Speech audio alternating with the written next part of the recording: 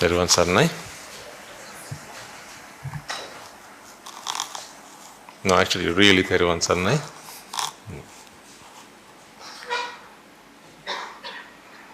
You know, I was just thinking to myself,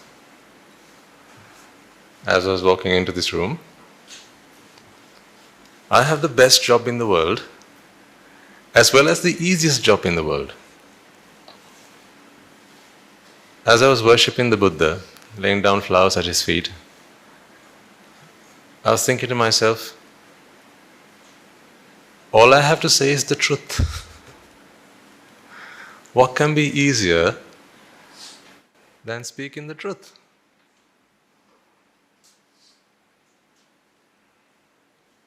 Because when you have to speak things other than the truth, now you have to come up with all sorts of convincing arguments. And then to convince one person of a lie, you need 100 more, don't you? Because a lie cannot stand up by itself.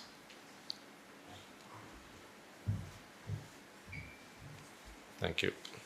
Sadhukarya then.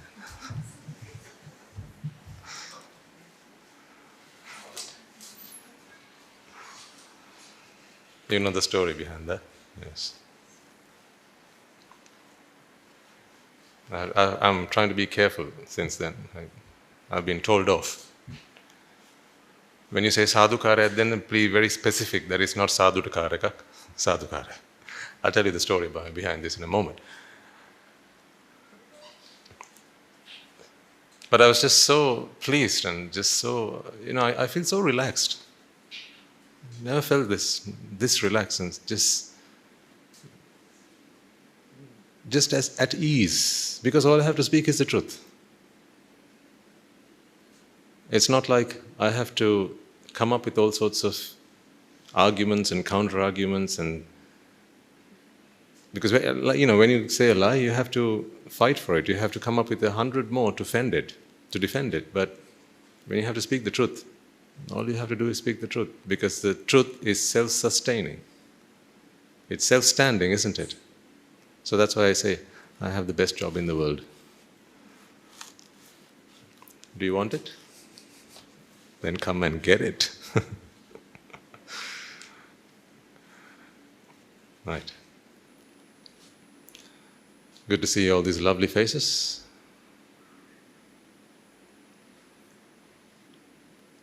So you want a piece of the truth. That's why you're all here today. Then without further ado, let's get started. So before we commence then, let us all take a moment to pay homage to the glorious one, the undefeated one, the unparalleled one, the magnificent one.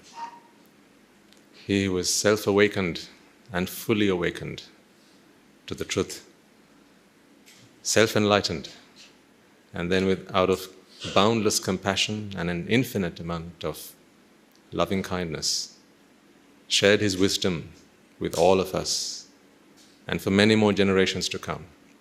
We will forever be his students, his disciples, until the very end. With that in mind, and with that as a pledge we take upon ourselves, we bring our palms together in veneration of his holy name, the Supremely Enlightened Buddha. Namo tassa bhagavato arahato samma sambuddhassa.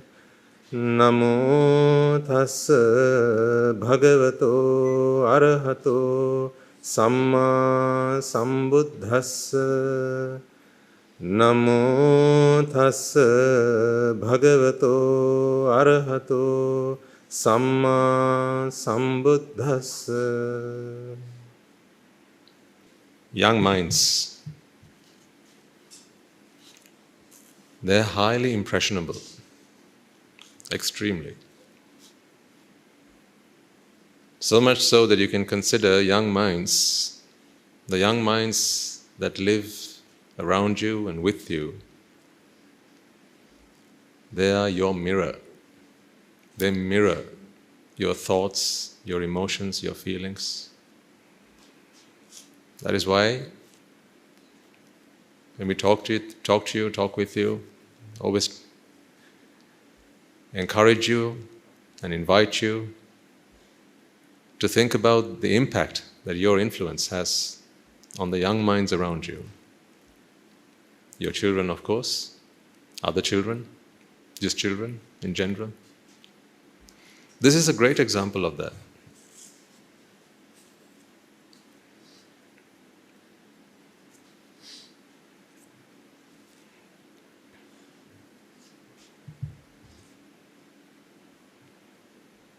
Some weeks ago,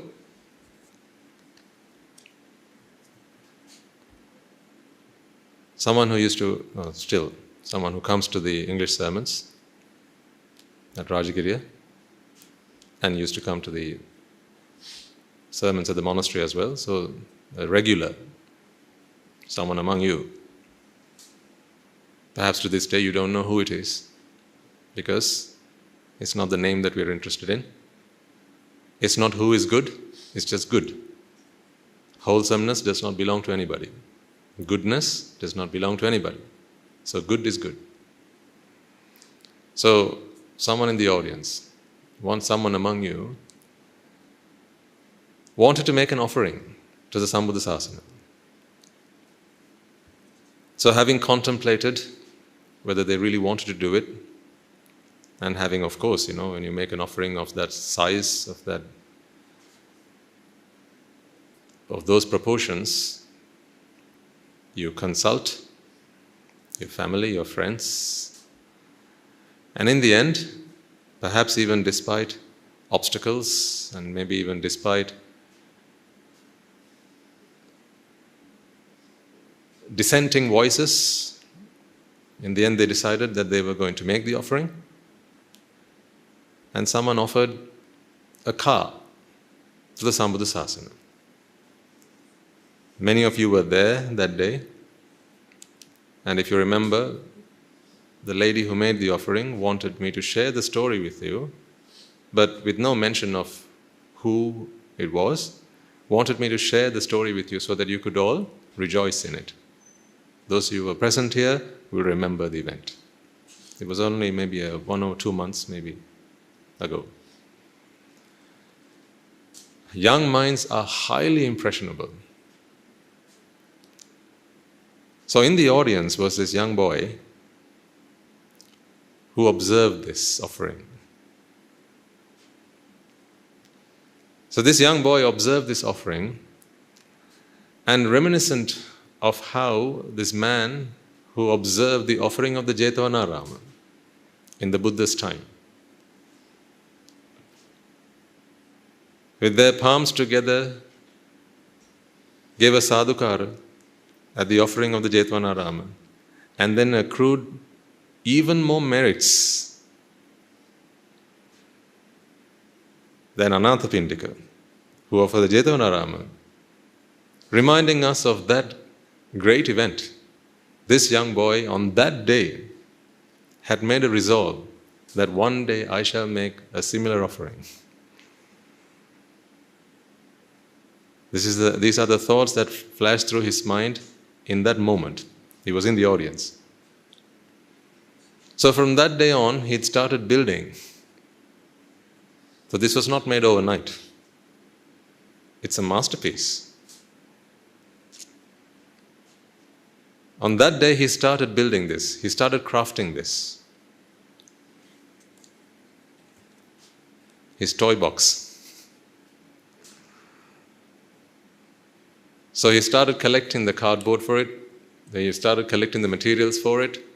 He must have asked perhaps help from his parents, maybe his friends, maybe his siblings, to help him support with this, or to get support with this. And he must have gone out and found a design for it. And then piece by piece, he started building this car. The car that he wanted to offer to the Mahasangha, to the Buddhasasana. This is not just any old car. This is a very special car. You must not think for one moment that the amount of merits that this young boy acquired by making this offering is any less than the merits that were acquired by the person who offered the real car. Because merit is not in the object. This is not metal. If I drop this, it will probably break into pieces. But merits is not in the object. It's in the volition. It's in the thought. It's in the intention.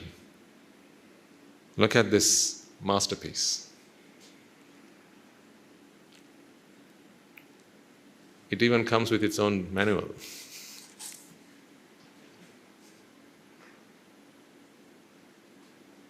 You must be so utterly impressed by this. It's very elaborate. You're probably wondering what these things are. It's in the manual.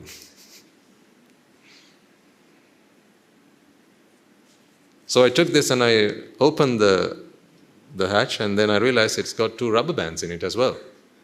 And then I thought, maybe by mistake. But then I read the manual.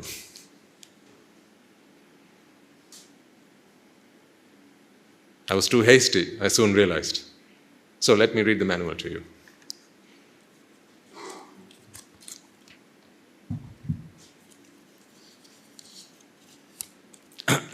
The scroll. Use a manual. It has its own make and model. It's the 003 version of the NTH Akren 7 EV, so electric powered vehicle, and it comes in orange. Clearly orange because it was offered to the Mahasangha. It has to be. What other color would fit?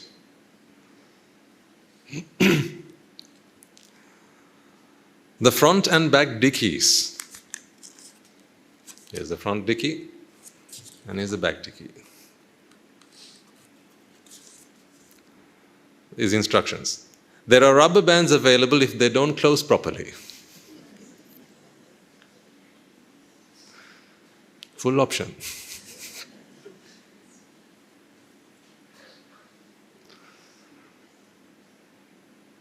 Ladies and gentlemen, just think about the love, the attention, and the care that has gone into making this. Piece by piece, this thing would have come together. Not overnight. Day by day, night by night, week by week. This was a making, perhaps, over several months. Well, the day that the car was offered was when the boy first had the idea. The thought occurred to him that I want one day to offer something similar. And then from that day on, it's been about a month, maybe 2 months. Right? Since then, he's been piecing this together. There's storage in the front and back dickies, and this is a 7-seater. In case you're not sure, let me show you. So there are 2 seats at the front. Then there are 3 seats at the back. And there's another seat row at the right at the back, at the rear. Okay? So 1, 2, 3, 4, 5, 6, 7. This is electricity powered. It has an LED light bar on the front and back. So in case you were wondering what they are the LEDs. So it can light the way up as it travels. And also when you go in reverse, you also have LEDs.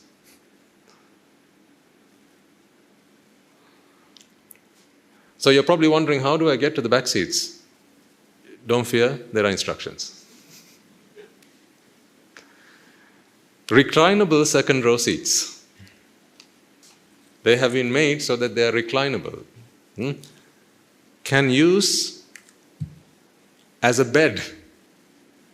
So when the car was offered to Swamin Wahanse, the boy said, Swamin Wahanse, when you're tired after a sermon, or if you're tired having gone for Pindapata, right, and you're tired and you want to head back, this Anagarika Mahathya can drive.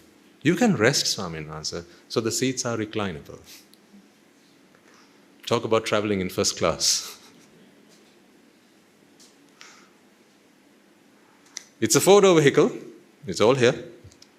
To get to the last row, put down the second row of seats.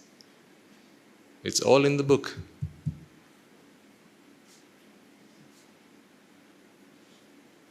Just think about again the love, the attention, the meticulousness that's gone into piecing this together. Each of those thoughts that would have contributed to making this, folks, is a fountain of merit. Each of those thoughts, because each thought has the power to generate merits. The children that you're surrounded by, are impressed by your actions, your deeds, and your thoughts. Where did this boy get this idea from? From being among you. It was not his mother on that day who made the offering. It was not his aunt. It was not his grandmother. It was just someone in the audience, some random person. But do you see how impressed he was by that action? To think that one day he is going to offer this. And then when the boy came and offered this, he told me, Swaminathan said, when I grow up, here's the bit he got wrong. He said, when I grow up, I'm going to go do a job, earn myself enough money, and then I'm going to buy a car just like this, and I'm going to offer it to the Mahasangha. That's the bit he got wrong, because although he thinks he's going to be doing all that, not under my watch. I've got other plans for him. Because a young man of that caliber deserves better than that. All will come when the time is right. No rush, no haste. But, when you observe a young man, a young child, and their actions right at their roots, you can tell how this tree is going to grow one day, right? So, I think that is just wishful thinking.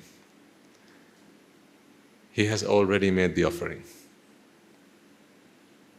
The amount of merits are the same as if he had offered a real car. So the car has already been offered. There's a palace to his name in the heavens. Unfortunately, he's never going to be going there, if I have it my way. See, I just want to share this with you so you know how impressed young children are by your actions. This is why I say worship your parents. Honor your parents. If your children are to do the same, then you've got to be a role model. You've got to set the example. You've got to set the bar right. Because it is in your footsteps they will follow. Children are not the kind who do what they're supposed to do. I think you can well and truly agree with that. Children are not the kind who do what they're supposed to do. Children are the kind who do what they want to do. When you were younger, which made you happier? Getting into your shoes or getting into your mother's or your father's? Remember getting into your dad's shoes and walking around? Or your mother's stilettos and walking around in them?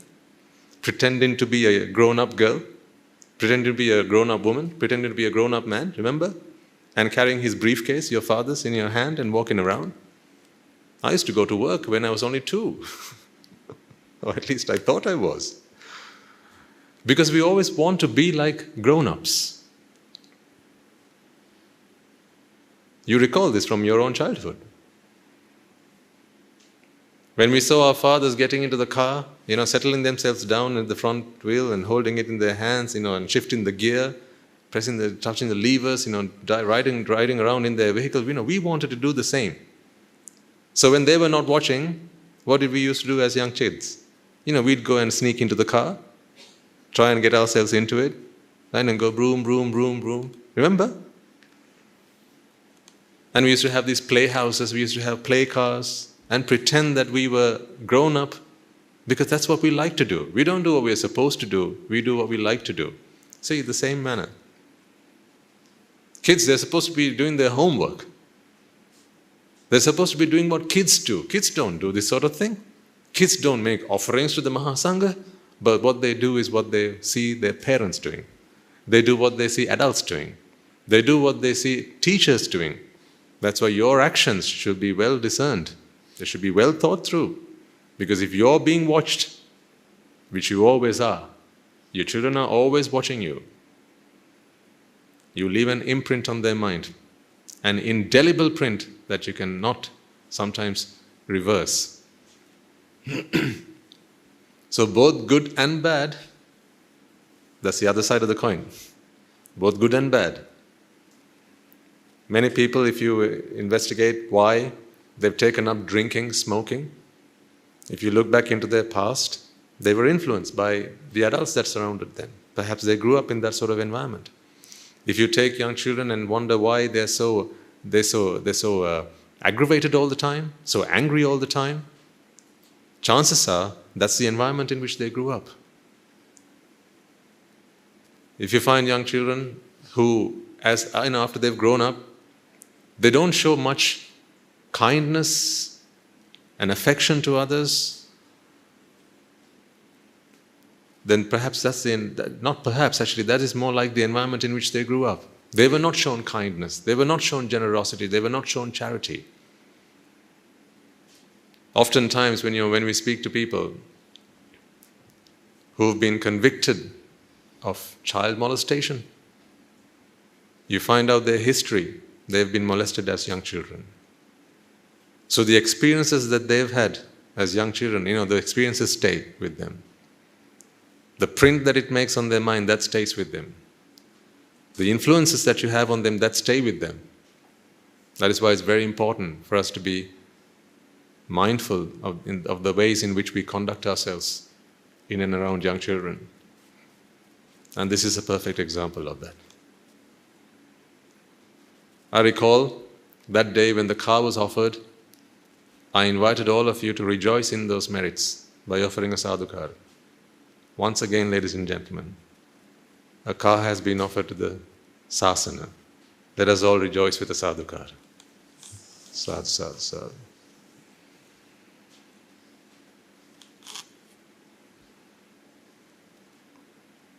In your hearts, I want you to make blessings. Give those and pass those blessings to that child, as well as all those who have helped and supported that child to engage in this meritable deed. And I see that face every day. He comes along, young child, that comes along regularly. That's why I always, say kudos to the parents who make it a point to bring their children.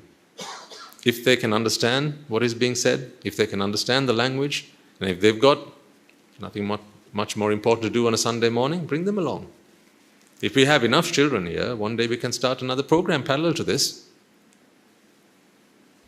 I think in the first couple of weeks, some parents came and asked, and I said, give your names. If we have enough children to start a program, we can run one parallel to this, so the adults can be here, the children can be in another room. I'm sure the management of the school will be happy to accommodate that. Goodness. We need more goodness in this world, don't we? You know all the evil that's going on. How people are fighting with each other and tearing down civilization. You know all that's going on out there.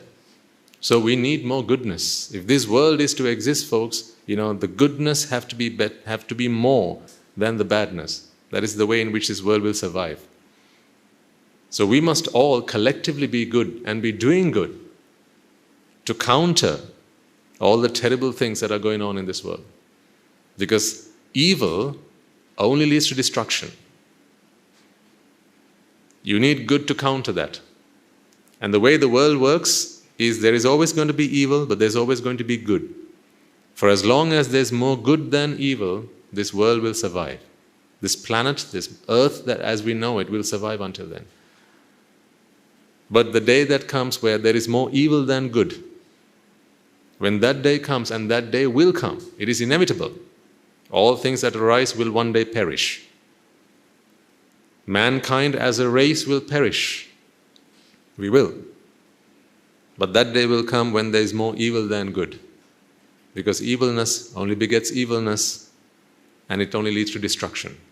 And one day there will not be enough good people in and amongst us to sustain humanity as a race.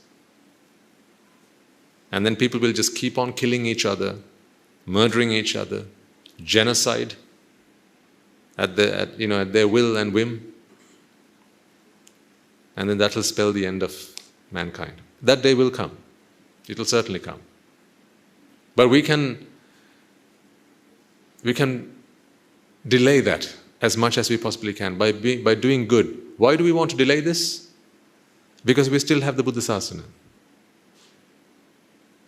We can make use of our human life. We can make use of our human intuition. We can make use of our human intelligence. We can make use of the teaching. Be the change you want to see in this world, said Mahatma Gandhi once. So if we want goodness in this world, then who do we start with? Certainly with ourselves. And start it at home, which you all have. Otherwise, these things will just be a fantasy. But it is becoming a reality. So it gives me great joy, really, to see young children engage in such meritable deeds. And the fact that their minds are inclined to do good and great things like this, because, as I said, they are a mirror of their parents, of the adults that surround them, of their elder sisters, their elder brothers, and so on. So when you see a child do a good deed, you can be assured that there is also someone behind them who is encouraging them, teaching them, guiding them, and inspiring them to be good, to be great. Are you all not grateful for your parents? And to your parents, for all the good and great things you have been able to achieve today? Don't you all, sing praises about what your parents did for you? Were they not the guiding light that stood behind you? Your parents and your teachers, as I always talk about them. I can speak about them, till the end of this sermon and more. Because I know that where I am today is a result of what they did for me. So in the same way, when you see young children do such wonderful things, you can be assured that there's a guiding light behind them. And that impresses me even more. It's all of you, by the way. Because it takes a whole village to raise a child. A nice proverb. It takes a whole village to raise a child. This is that village. The child comes here. I'm talking, speaking on behalf of all children. They come here, they sit in, amongst you. They see how you greet each other. All of this they are influenced by. When I walk in, excuse me, when we walk into the school, there are young children waiting down there with the mutukuda, waiting to hold it up and walk Swami Nuhanse into the Dhamma hall, into the lift. And you see how eager they are to do this.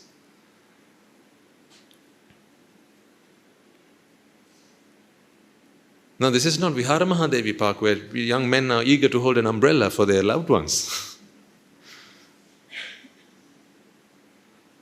Young boys, 6, 7, 8, 9, at such a young age, they're eager to hold the Mutukuta for a Swami Nuhanse, inviting the Swami Nuhanse to deliver a sermon, to deliver the truth, to deliver freedom. You have no idea how much merit they earn by doing so. And where do you think they've learned this from? I didn't walk in here with a Mutukuda. Who do they learn these things from? From you. And when you wash the Swami Nuhanse's feet with love and respect and devotion, children are stood there watching all that. When you offer the Pindapata, young children are stood there watching that. They learn. When you're walking down the street and you see a poor man, right, and you can extend your generosity and offer him something. Doesn't have to be money. If you have some spare food and you offer that to him, there's children at the back of the car watching you.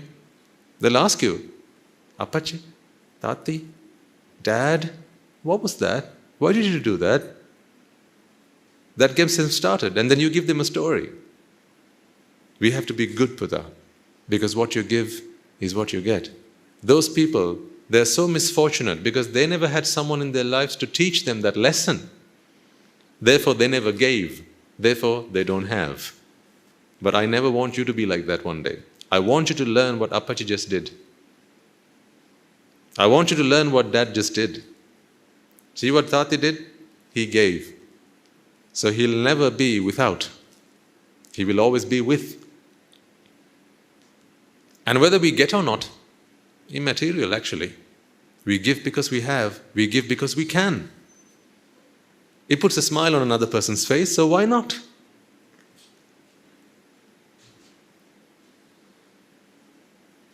Someone bumps into you, it's their mistake, and you say sorry. Your kid is going to ask you why. Don't you think so? In the same manner that when you bump into someone and you don't say sorry, they'll learn.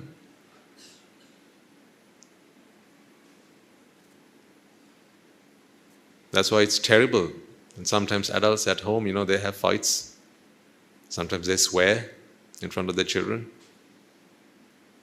Mothers, fathers, never tell the other one off in front of your children. It's a terrible thing to do. One of the worst things you could do. Because the anger and resentment, it starts to grow in their minds. Because, a child's mind is fertile soil. It's very fertile ground. That's why they're highly impressionable. So if ever you, as the father of the child, have something you want to say about the child's mother, something that you know that the child is not supposed to hear. You have your own arguments at home. That's fine, domestic arguments, it happens all the time. C'est la vie, huh? That's the way life works. Good times and bad times. The full moon is always brighter after a heavy rain, is it not? Huh? What is love if you don't get a chance to have a brawl once in a while? Okay, if you say so. My only ask is, please don't do it in front of your children. Because to a child, his mother should be holy, sacred. In the manner you never tell the Buddha off in front of your children. You don't do that. You don't do that. To the child, their mother is holy, sacred, sacrosanct.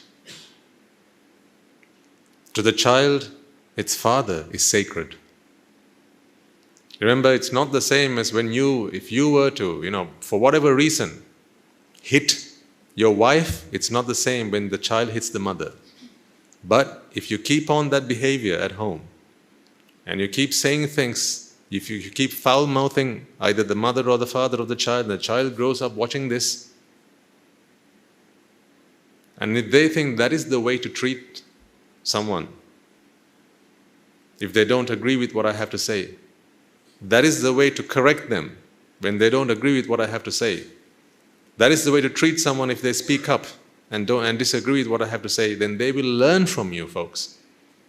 And one day they will raise their arm against their mother. That slap is not the same slap that you gave her. It's a very different slap. Makes the same sound, makes the same noise, leaves the same mark on her face. But the mark it leaves on their soul is destroying. That cannot be fixed for a very long time. And the mother's the same. You will have problems with your husbands. Yeah, it's typical. But never speak against him. Don't talk him down. Don't belittle him. Don't undermine him in front of your children. I'm not suggesting that you do. I'm just saying in case the circumstances present themselves in future one day, I'm just giving you the skill to handle yourselves in those situations, particularly if your children are at home. If you really want to have a fight, let's say you have a fight every poya day, just to get it out of your system. Just for the kicks, that's how you get your kicks. Let's just say you have one every fortnight. Right? Maybe find somewhere to send the child. Ask him to go be with his friends or something. Or ask him to go fly a kite. You come, you have your fight, and then when you're done, right, after the mother is done crying, After the father is done throwing things on the floor and smashing things, sweep the house, get rid of all the broken cutlery, the broken dishes and whatever, right? And the mother, go wash your face, right? Prim yourself up, and then get the child back. And when the child walks back in, just pretend that nothing ever happened. You've had your fight, but the child is none the wiser. Never do it in front of the children. Because I'm not just talking about the influence or the mark it leaves on them for that lifetime. I'm talking about what's going to happen to them afterwards. And besides, when they grow up and they go on to become spouses, they will learn that is how they have to treat their spouses in the event that there's a disagreement. A lot of the time, when you see people, they have fights at home and they use violence at home, if you look back into their past, chances are that is what they learnt growing up at home. Because young minds are highly impressionable.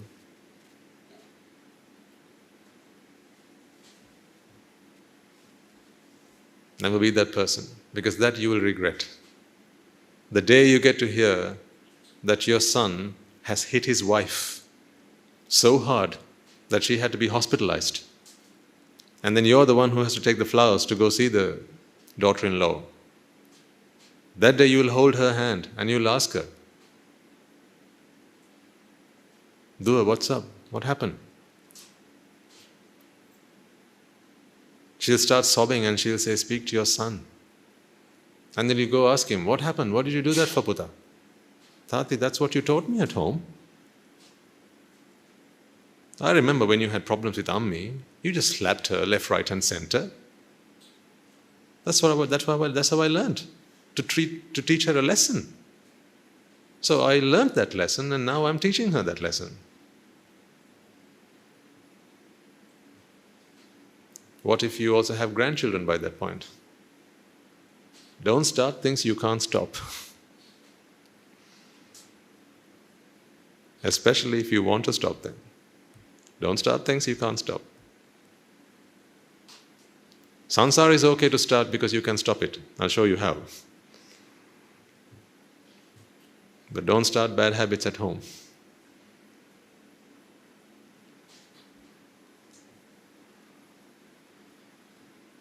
Anyway, that is not what I wanted to talk to you about today, but all that was courtesy of this car, of this offering. So all due credit goes to the creator of that. What did we talk about last week? I gave you some homework to do. Did you remember? You did? Oh, good. Give me a virtual show of hands if you forgot to do your homework. Only a virtual one. No hands up. Oh, good. Excellent.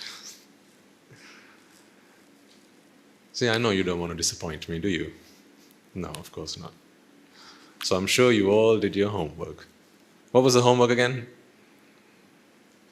5 things, 5 situations, 5 events in which you experience pleasure. The task I asked you to do was have a think about how pleasure happens. When you see beauty in sight, when you see beauty in sound, when you see beauty in taste, smell and touch, have a think about what the origins of this beauty is or are. That was the homework. What have you discovered about it then? Because I want this to be your own experiment in your lab of life. I can give you the theory, but it only becomes a reality for you once you start internalizing it and you start applying it in your own life. That's when it becomes a conviction. Until then it is faith. Bhakti and Shraddha are very different things. In the Buddha Sasana, we have Shraddha, not Bhakti. You've heard of Bhakti Gita. What is a Shraddha Gita? I sing the Shraddha Gita. See?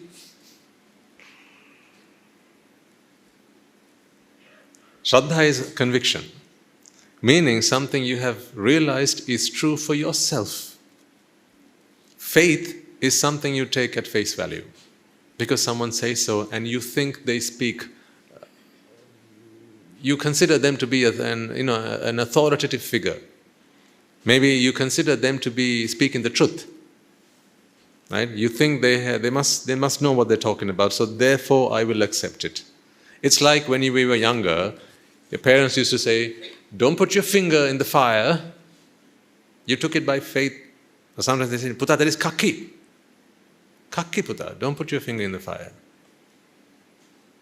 It's funny, like sometimes, parents teach the children the knife is kaki. Right? And then they go to school. And then the teacher asks, what have you brought for lunch today? And then the child says, I brought kaki sandwiches. The teacher asks, how come? Well, because I saw my mother applying kaki on the bread with the bread knife. So that is faith, because someone says so. That's not what we need. You can't become a sotapanna out of faith. Becoming a sotapanna is the moment where the Dhamma is planted in your own mind, and then it starts to shoot, starts to grow from there on.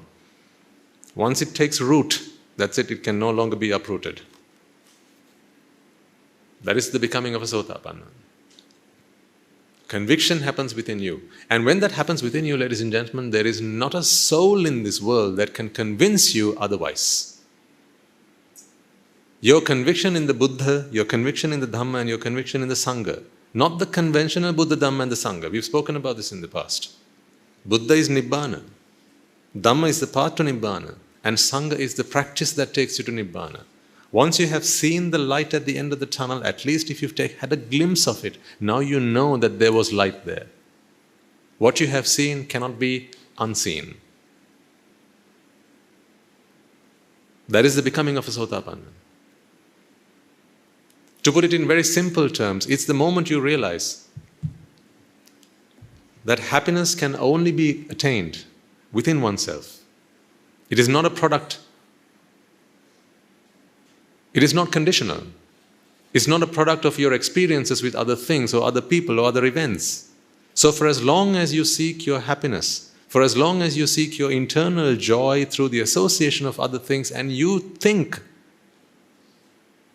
internally, you actually believe that this happiness comes from the external objects, you can be well ensured that you have not yet attained Sotapanna, the state of Sotapanna.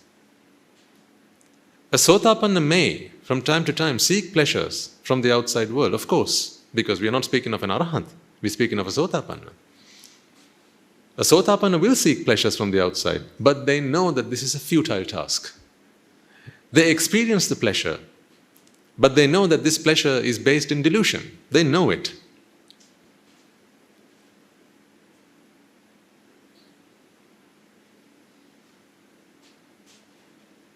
It's a bit like this. Nowadays in homes, they have these things called rain showers, don't they? There are those massive showers, you can get under them, and it gives you the impression that you're having a shower in the rain. Yeah? And the bathroom is also constructed in such a way, it's very natural. Huh? It's glass, and you have some pebbles and rocks and some greenery, and it just gives you the impression that you're with nature and it's raining. But you know well and truly that this is not real rain. You know that this is tube water. Yeah? So although you enjoy it and it gives you these moments of bliss, you know that this bliss is purely fictional. It's based in a lie. You know this. That is like the understanding of a Sotapanna. They experience pleasure, but they know that this pleasure is a fallacy. What I'm hoping to do is to get you there first. I want you to fall out of love with pleasure. It's like when you have to be with someone and you know that they're cheating on you. Ever had that experience? Don't nod. No, don't nod. Certainly don't nod this way. There are some questions for which you have to give me virtual answers, okay? And here's one of those questions. Ever had that experience where you're with someone, right? And they're coming up and giving you all this flowery talk, honey, bunny, and all that lovely talk, but you know that they're a big fat liar. You caught them, they just don't know it yet. You saw the text messages, you saw the photos, you saw the comments, right? They've been caught, but they don't know that yet.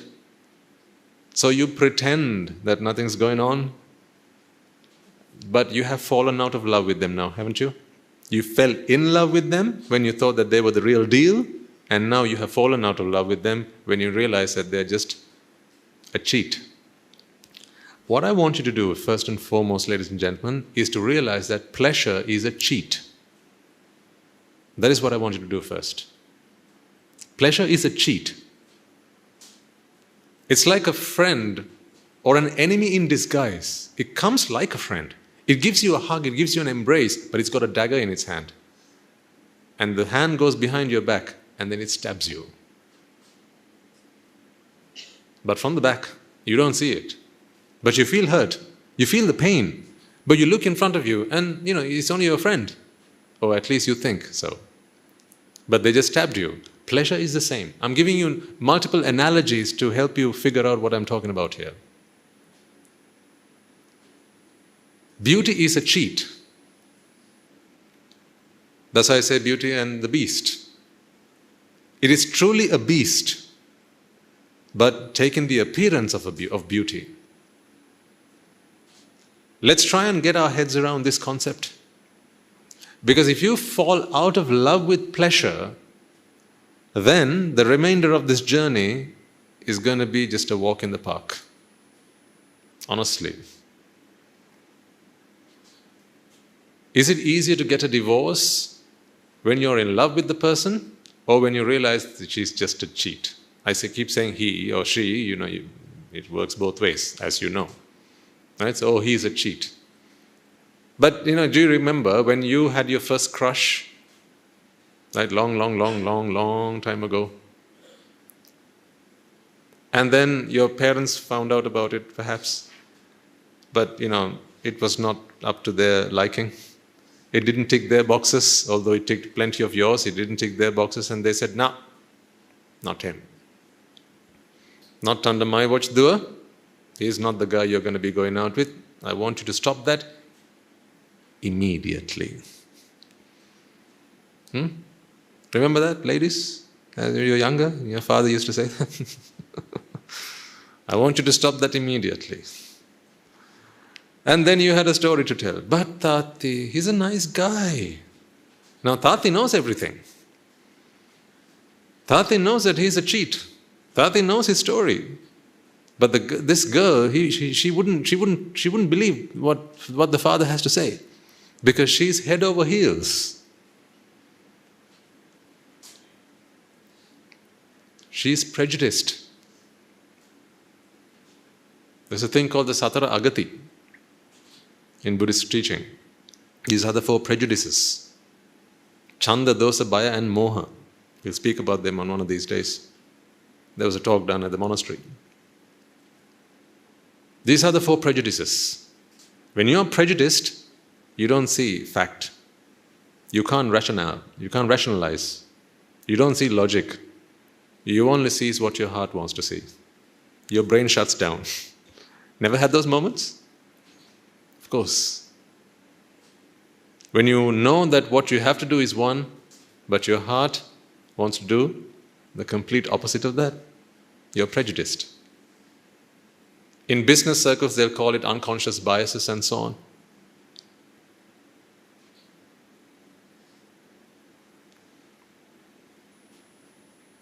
But remember that time when your father came and told you, "No, you're not going out with him. He's not the type that I want you to be friends with, let alone have an affair with. So I need you to stop that right now." And then you said, "No, but Tata, he's a nice guy, he's very kind. He says all these nice things about you even. He says he wants to be like you one day, Tata." Now you're trying to convince your father that he's the kind of guy that you should be going out with. See, now the father can do whatever he wants, he'll try to do all sorts of things. Like he might even punish the girls. He said, "Right, you're you're banned from going out. Give me your phone. Phone gets confiscated, right? The number gets deleted, right? No more texting, no more calling, no more messaging, no more internet, no more messenger, right? All that has to stop. And I'm going to now take you to tuition class. I'm going to stay there until you're done, and I'm going to collect you and bring you back home. Tati! Huh? You know the drill. Why do you make my life so miserable? You'll ask him. But he knows what's right for you and what's wrong for you, because he's been there, done that. He's got plenty more years under his belt than you. He knows what's right for you. But as children, we never feel that way. We always think we know better than our parents, don't we? Only later do we realize how wrong we were. That is called maturing. Unfortunately, maturity doesn't come when we need it. It only comes when we don't need it. It's like the Sri Lankan buses.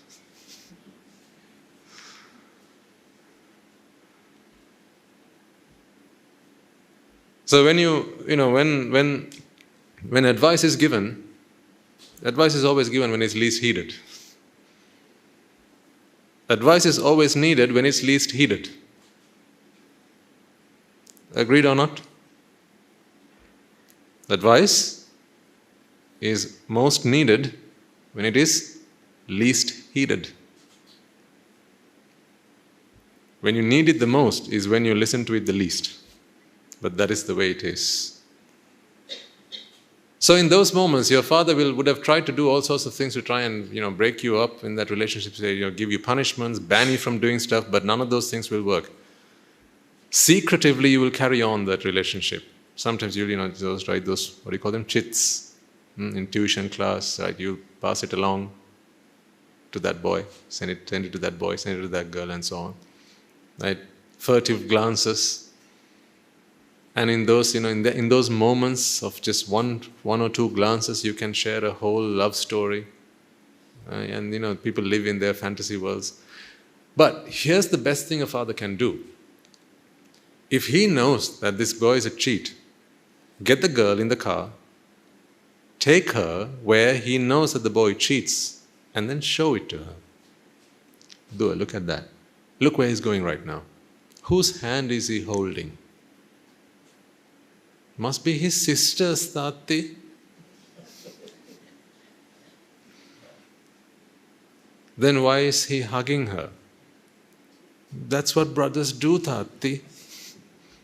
Then why is he kissing her now? Tati. But with the prejudiced mind, you see everything the way you want to see. But if you can somehow come out of it, and if the father can give you enough and convincing arguments, then you realize, I see, I'm being cheated on. At that point, it's easier to break that relationship up. In fact, you don't need to do anything. The relationship is well and truly broken. Remember last week I told you, don't let go of anything you're not prepared to?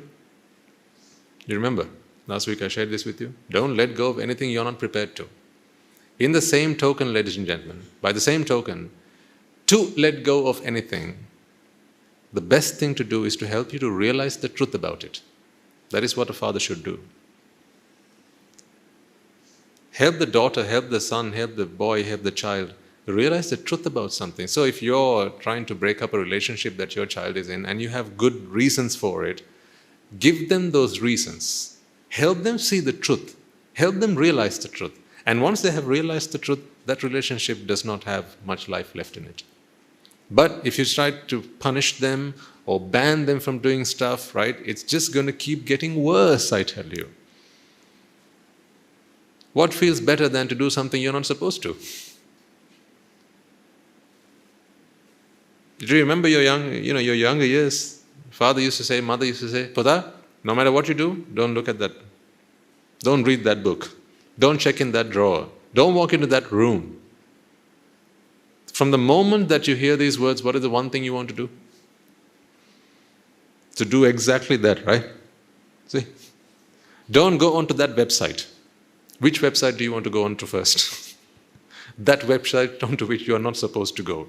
That's the way the mind works. We need to understand how the mind works. We can't just be parents now. We have to be smart parents. A smart parent is someone who understands the mind of the child. Put the child to a side and understand that this is a mind. I wish I could say this to all parents in this country, in this world, because otherwise, with no understanding of this, both parents and children suffer. Parents suffer because they have to punish children and they don't enjoy punishing children. Of course they don't. If they love their child, they don't like to punish the child. And the children suffer because they are being punished, when actually the real medicine, the real remedy, and the real strategy is in sharing the truth. That's why I said, I have the easiest job in the world, and that is to speak the truth. But where the truth does not surface, everyone suffers. Always the case. Wherever there's a lie, someone suffers.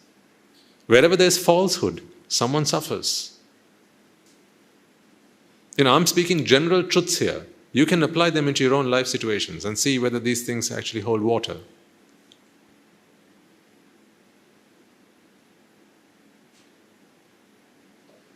So last week there was a question. Isn't ignorance bliss? Someone had asked.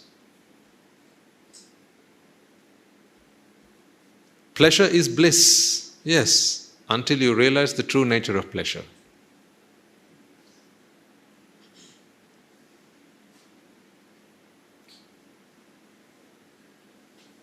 Simple example. Imagine when you were born, okay? Someone decided to play a prank on you. So what they did was, they bent your little finger all the way back, as far as it could go without snapping, and then they tied it to something. Right? Tied it to the rest of your hand. Just imagine that's how you've always known your hand to be. And one day, they cut the piece of string, so they tied it with a piece of string, and then they let go. In that moment, you will experience something similar to Nibbana. Because you will experience a pleasure that you'd never had, because you have always been in pain. That relief from pain, ladies and gentlemen, is what pleasure is. When you realize that pleasure is purely and merely relief from vexation, relief from pain, you begin to fall out of love with pleasure. That is what I want to happen. I'm not trying to stop pleasure altogether, because that will happen over time. In fact, if you don't experience any pleasure at all, then your job here is done. Thank you for coming. You have all become arahants. It is only an arahant who doesn't experience any pleasure at all. So don't you be worried. Now there are some who are really worried about listening to the Dhamma sermons. Some really get worried about it. They say, Swaminathan, if I start listening to the sermons, what if I have to I stop feeling the pleasure that I have always gotten used to, and the pleasure that I have experienced in my life. I eat nice food, I go to nice places, I be with my friends, I enjoy the things I do, and I experience a lot of pleasure out of it. If I start listening to these sermons, then I'm not going to experience the pleasure that I'm used to getting from all these things. What can I say in return to that? What a pity is all I have to say.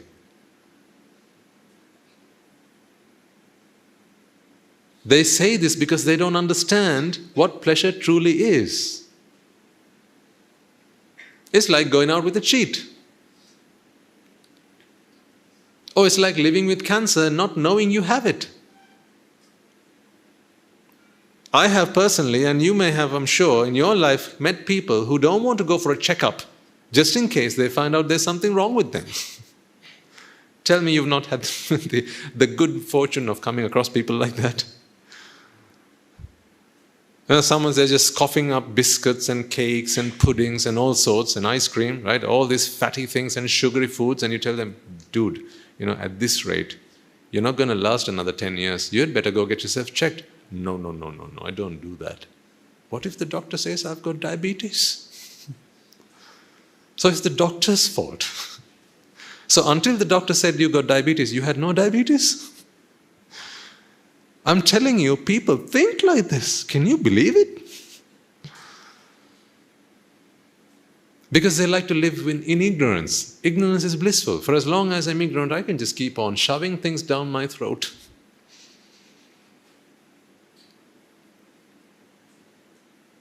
What do you think about people like that? Would you say they are intelligent?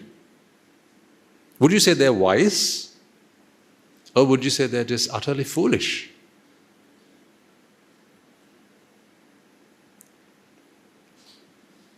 They're doing harm to themselves, they just don't want to know the harm it does to them. What do you think about people like that? Honestly, what do you think about people who do like that? Or at least, let's not say the people who do like that. What do you think about doing like that? If ever you feel to do like that, what might you tell yourself? Next time you walk out, you're not going to put a hat on your head, are you? You're just going to put 2 horns on your head. That would be a better fit, because it would be very foolish.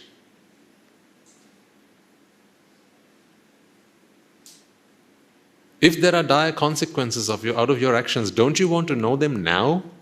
Is it not better sooner rather than later? Imagine there was a bottle at home, a bottle that contains some liquid, and you always thought that was orange juice. You like orange juice. You like the taste of orange juice, so you take a sip of it every once in a while. You walk up to it, you drink it, you put it back in the fridge. Right? And then one day, someone comes along and says, "What are you doing?" "I'm having some orange juice," you say. Dude, that's medicine. That's the medicine that Dad takes because he can't go to the toilet.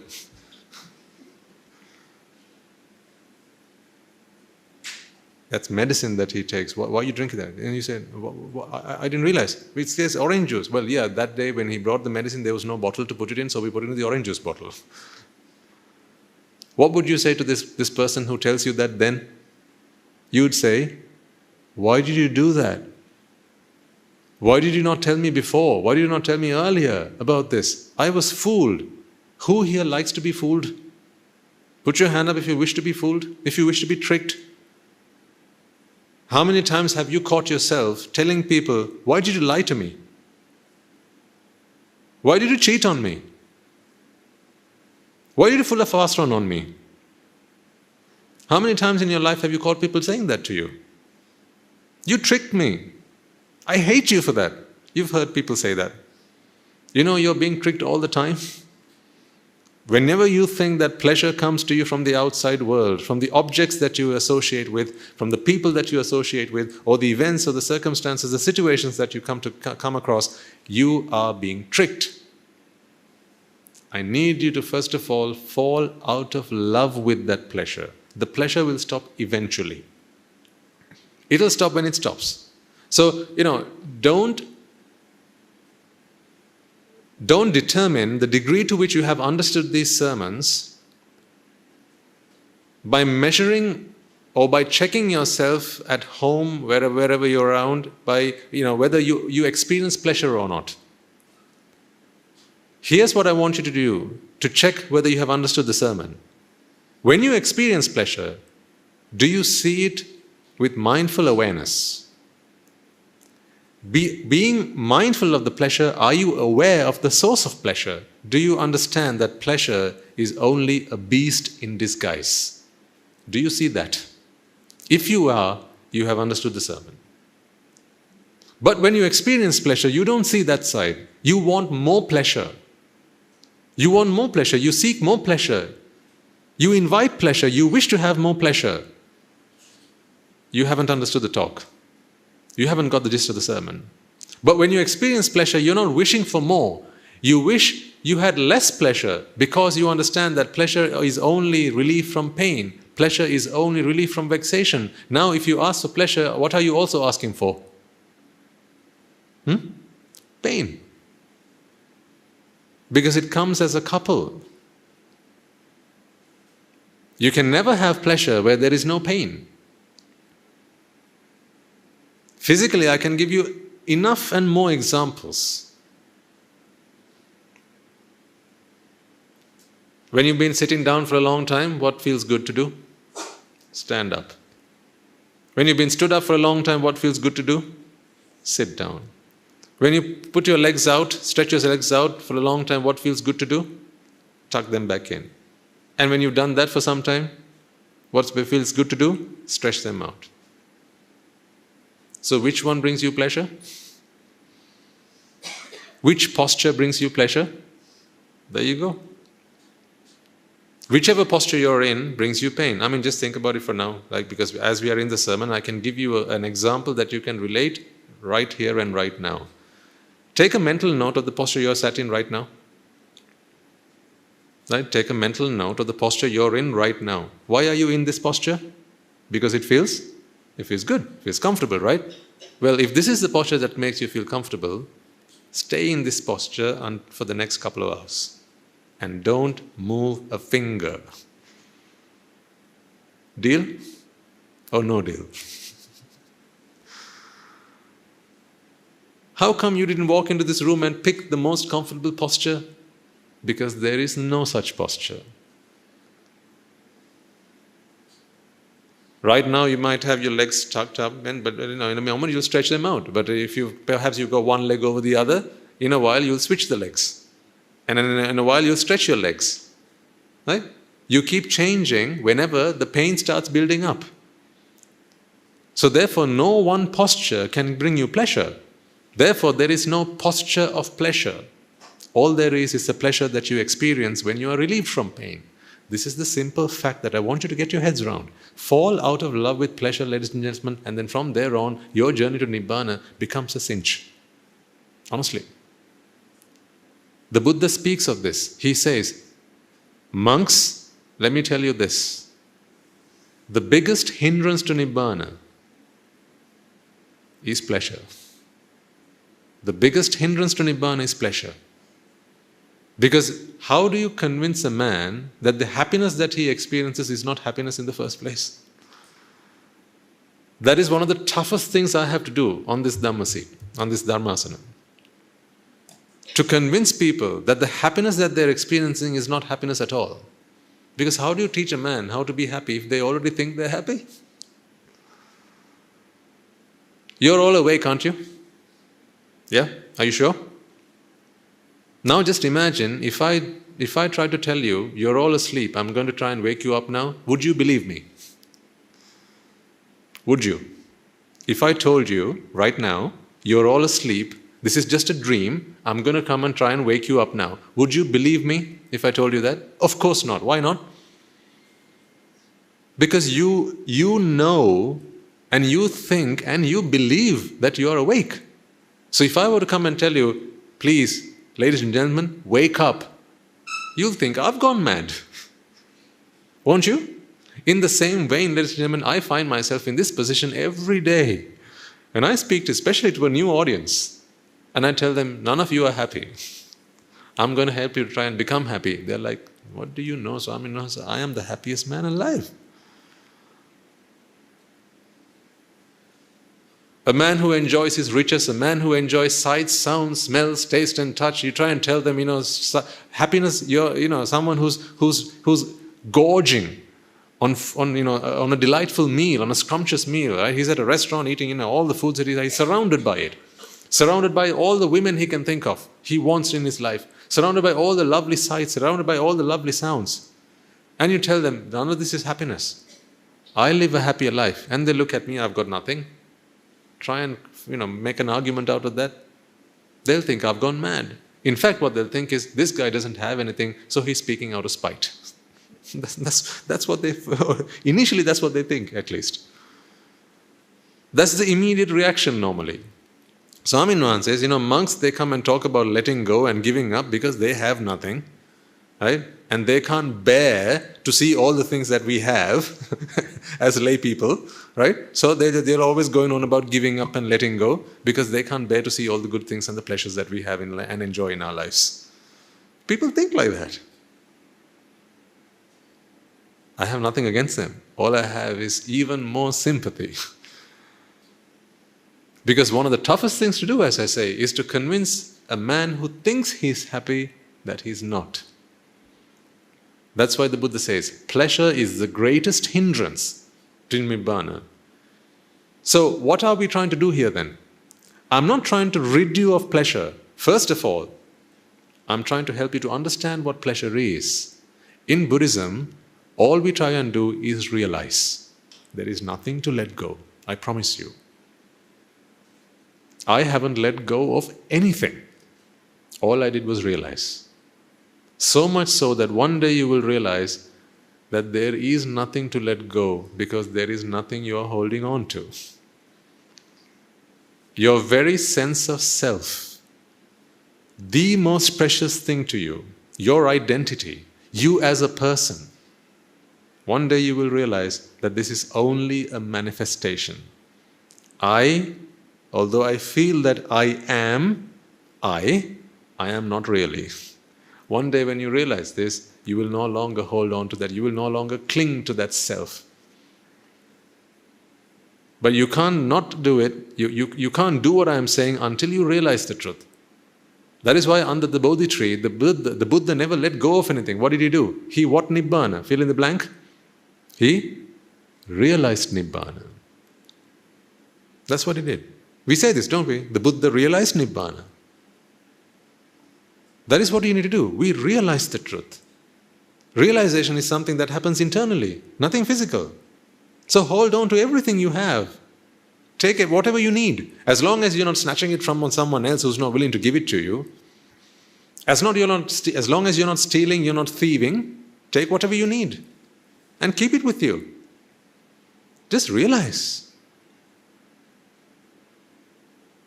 So pleasure. Right now you're experiencing pleasure, you're enjoying pleasure. Maybe there are foods that you like to eat because they give you pleasure. I say, carry on. But as you carry on eating them, come along to the sermons and listen to what I have to say. Then you will not give up forcefully, because giving up forcefully is hurtful. It's self-torture. I wish more people would understand this, if nothing else. People think that Buddhism is their enemy. Imagine a child who thinks that the mother is their enemy. The mother who's going to feed them, look after them, care for them, and protect them. Because a mother exists for the child. Yeah. A mother's existence is defined by them having a child. That is why a woman becomes a mother. She becomes a mother, she qualifies to become a mother when she has a child. So her motherness is because of the child. So she lives for her child. Mothers in the room will understand what I'm saying. Fathers in the room will understand what I'm saying. You live for your children. In the same way, folks, Buddhism is for you. It is your friend. In fact, it is your only friend. Don't ever make an enemy out of it. It will become your enemy.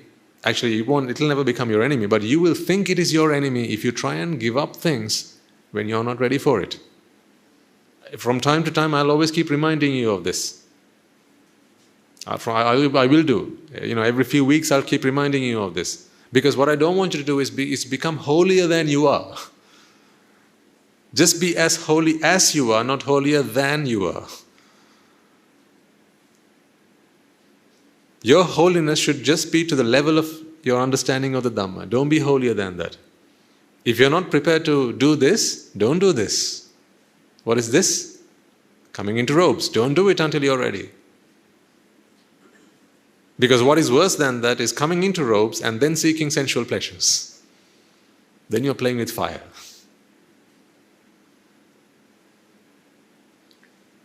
If you come into robes one day and then you want to be with a woman, now you're in a big mess. If you come into robes and then you want to go to a restaurant and enjoy yourself and go places, sightseeing and whatever, now you're in a big mess. Because that is not what the robe is for. This is the flag of the Arahant. We call it the Arahat Daje. The flag of the Arahant. It is a symbol of an Arahant. It is a symbol of realization, not letting go. It's not a symbol of letting go. It's a symbol of realization.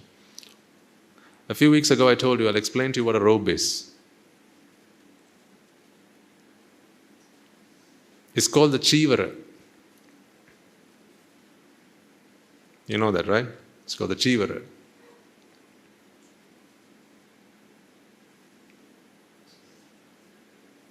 Or Sivara. Sivara. A vara is a boon. So great kings in the past, when they would have peasants and subjects who would come and do things for them, right? Maybe sometimes catch a thief, a burglar of the kingdom, right? They would give them a boon. I'll give you 6 acres of land. That is a boon that they get. We as human beings, we are entitled to a boon. 4 of them. 4 of them. These 4 are the 4 noble truths. We are entitled to that boon. The noble truth of suffering, the noble truth of the cause of suffering, the noble truth of the cessation of suffering, and the noble truth of the path to the cessation of suffering.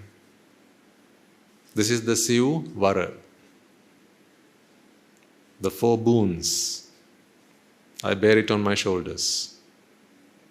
I bear it on my shoulders and across myself, and I cover myself with that, because that is what I am. That is my realization. That is what I'm here to do. Realize the 4 noble truths. This is a symbol of that. Not of letting go. Therefore, I can use anything,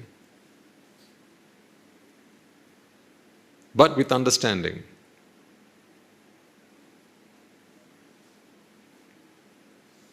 This is what a robe is.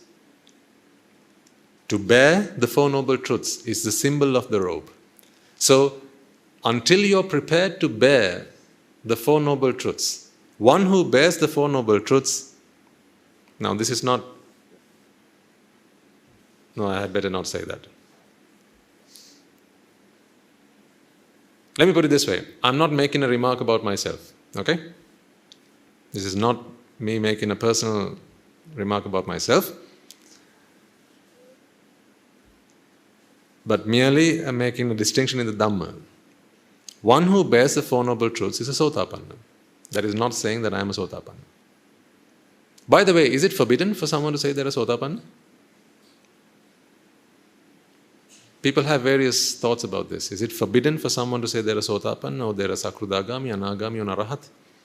Not so, ladies and gentlemen. It is not forbidden unless you do it for your personal gain. That is forbidden in the code of conduct. So an Arahatan Vahanse is permitted to claim to be an Arahant. That's perfectly fine. But if they do it for their personal gain, I am an Arahant and you shall treat me like one from today onwards, that is forbidden. It is a parajika offense. You can no longer remain in the Sangha community. But the point I'm trying to make is, I'm not saying that I'm a Sotapanna by any means. What I'm trying to say is, by virtue of the Sivara, right, that is when someone becomes a Sotapanna. Because the becoming of a Sotapanna is the point where they bear the 4 noble truths. In other words, they understand that true happiness can only come from within. True happiness does not come from the outside. And not just an understanding so that they can explain something. That's why you can't listen to my speech and gauge whether I'm a Sotapanna or not. That's not something you can do. Because I can give a good talk. Anyone can give a good talk. Talk in the talk is one, but walk in the walk is another, isn't it?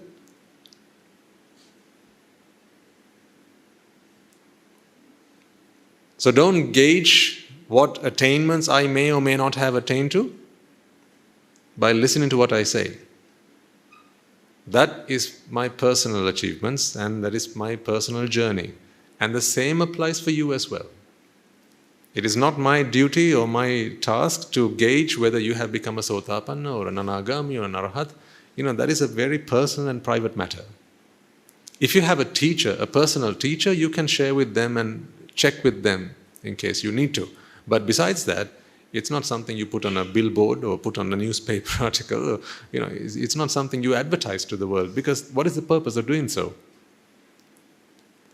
But there have been plenty of occasions in the past Where the great arahants of the past, they would go and say, I have become an arahant, I have attained to the state of anagami, I have become a sotapanna. They say that to convince people that the path is pure, that it is possible to reach these attainments. It is possible to convince other people to walk the same path. When the Buddha attained Buddhahood, what is the first thing he said? I have become a Buddha. I have attained realization. That was an inspiration to others. Just as I have, so can you. So there may be an arahant who will share his story. There may be an arahant who will say that I have become an arahant. But what they're doing is they're encouraging you. They're inspiring you to walk the same path so that you can all attain the same state, the same fruits. For that purpose, it's perfectly fine. So the safest thing to do is for us not to gauge whether when someone says they're an arahant or not, it's not for us to gauge whether they're making it up or whether they have actually attained that state. Let's just let that go. If someone says they're an arahant, the best thing to do is accept that they're an arahant and then treat them like one. Make the offerings as best as you can, because in your mind you're offering to an arahant, a sasana, see? Make the offering in your mind because you earn merits out of it. But if they're making personal gains out of it, that is not your loss, it's their loss. They're playing with fire, not you. If I come up here and say, I have become an arahant, now you better come and make all your offerings to me, you will earn tremendous amounts of merits because in your mind you're making those offerings to an arahant. But if I have just made up that lie for my personal gain, every time you make an offering to me, I'm just messing with the wrong stuff. I'm drilling myself down to the 4 great hells. That is my doing. What I do, I take with me. What you do, you take with yourself. That's the way the world works. Coming back to pleasure. I need you to fall out of love with pleasure. Ask yourself whether you have fallen out of love with pleasure. So those 5 instances where you experienced over the past week, ladies and gentlemen, when you experienced those moments, did you take a moment to analyze how you experienced that? What was the origin of that? When you, for example, have something pleasurable to eat, and we call it tasty, something's delicious, something's scrumptious, in those moments, were you convinced that this is simply relief from vexation? I need you to do this part. I'll give you the talk, but I need you to do the walk at home. You and I, we have to do this together. So there's a bit of homework always. Remember, Buddha, Dhamma and Sangha. All 3 are essential components of your salvation.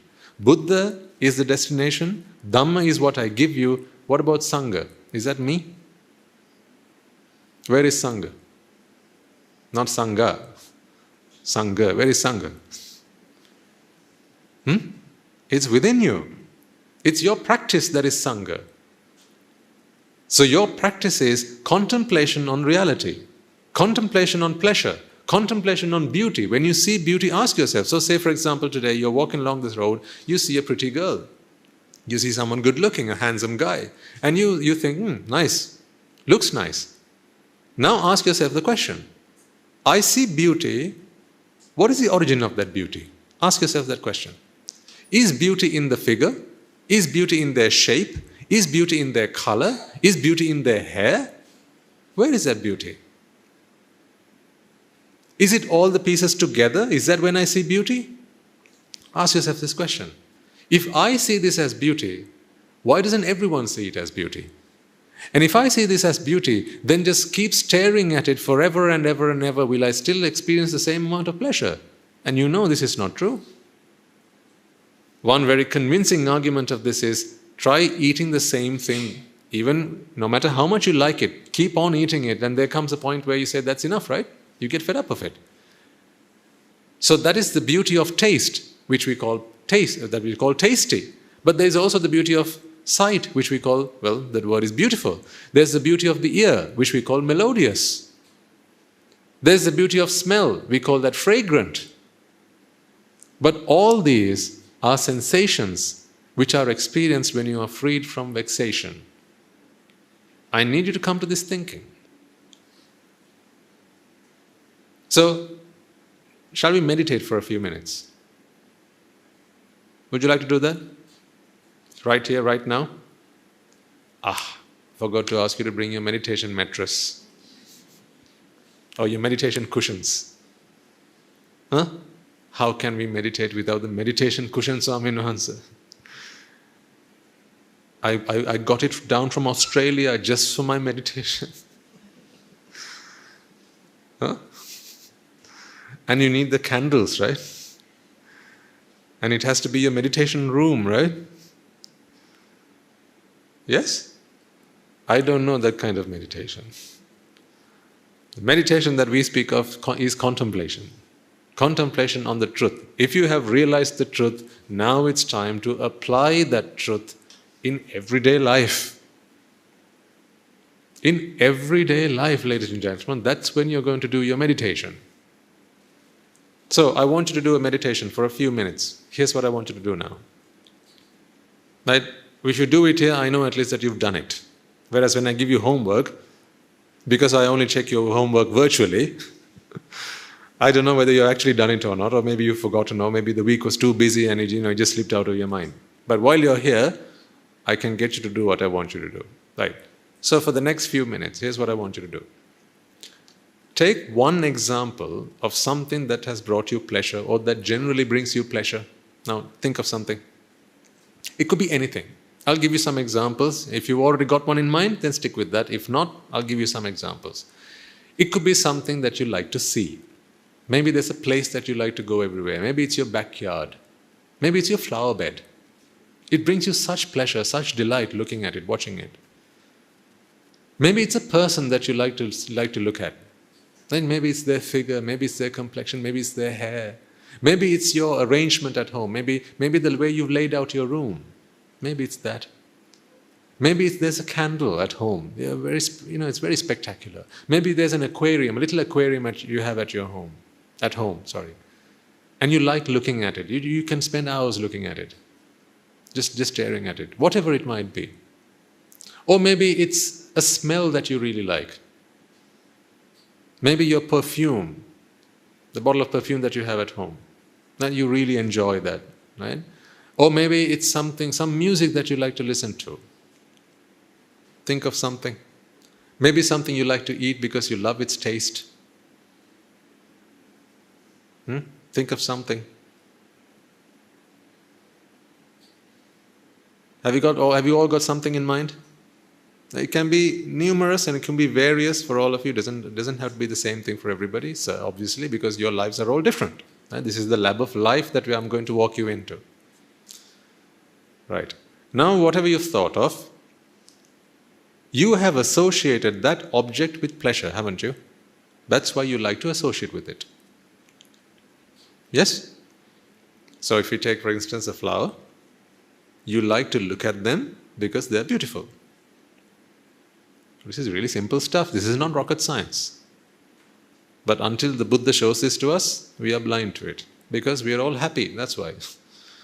We are all happy, so it's very difficult to make us actually happy, really happy. Right. So whatever object you have in your mind, you associate that with pleasure. Now, you recall from what we've learned over the past few weeks, that seeing is a process. Do you remember that lesson? Any new faces today? Any others? Oh, we have a few, right. Very quickly I'm going to go through that. It'll help those, the regulars as well, so that you know what to contemplate on, right? So ever so quickly. I'll take a simple example. This is the eye looking at an object.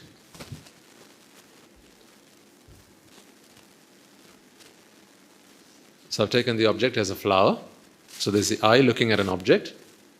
So what I'm trying to convince you here, or what I'm trying to explain to you here, is that seeing is a process.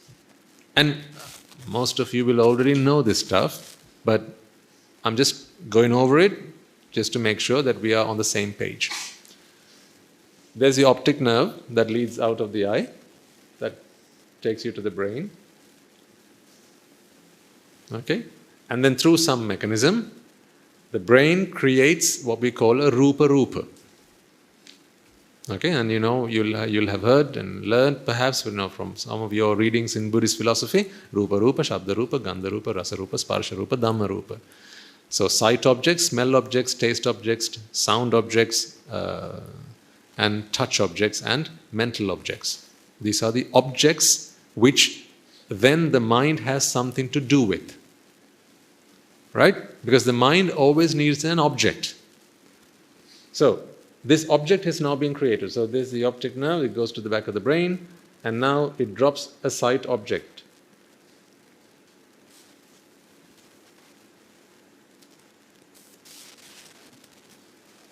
This is a sight object.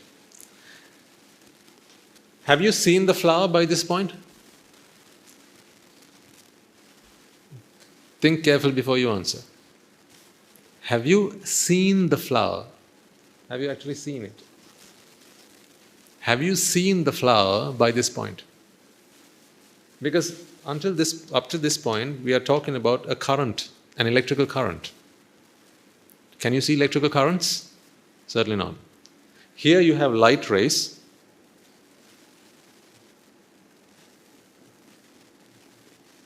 These are light rays.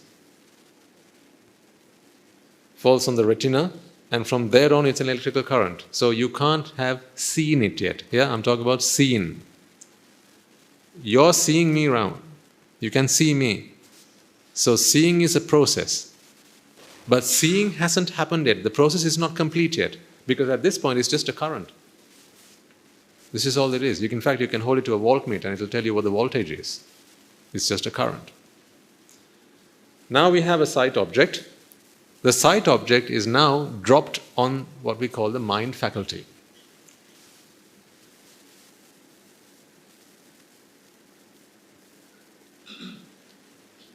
And you have a chitta.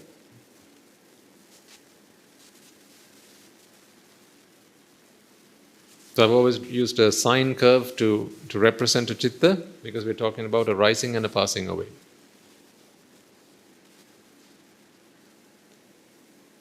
Actually, let me not draw it this way, I'll draw it this way.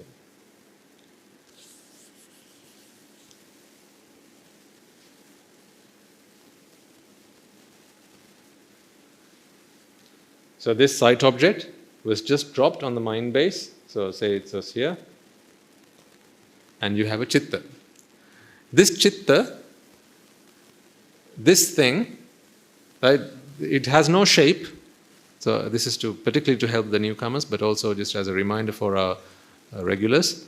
This chitta, this is a representation of 5 things that have just happened as a result of this sight object being dropped on the mind base. And what are those 5 things? Receiving, registering, recognizing, responding, and perceiving.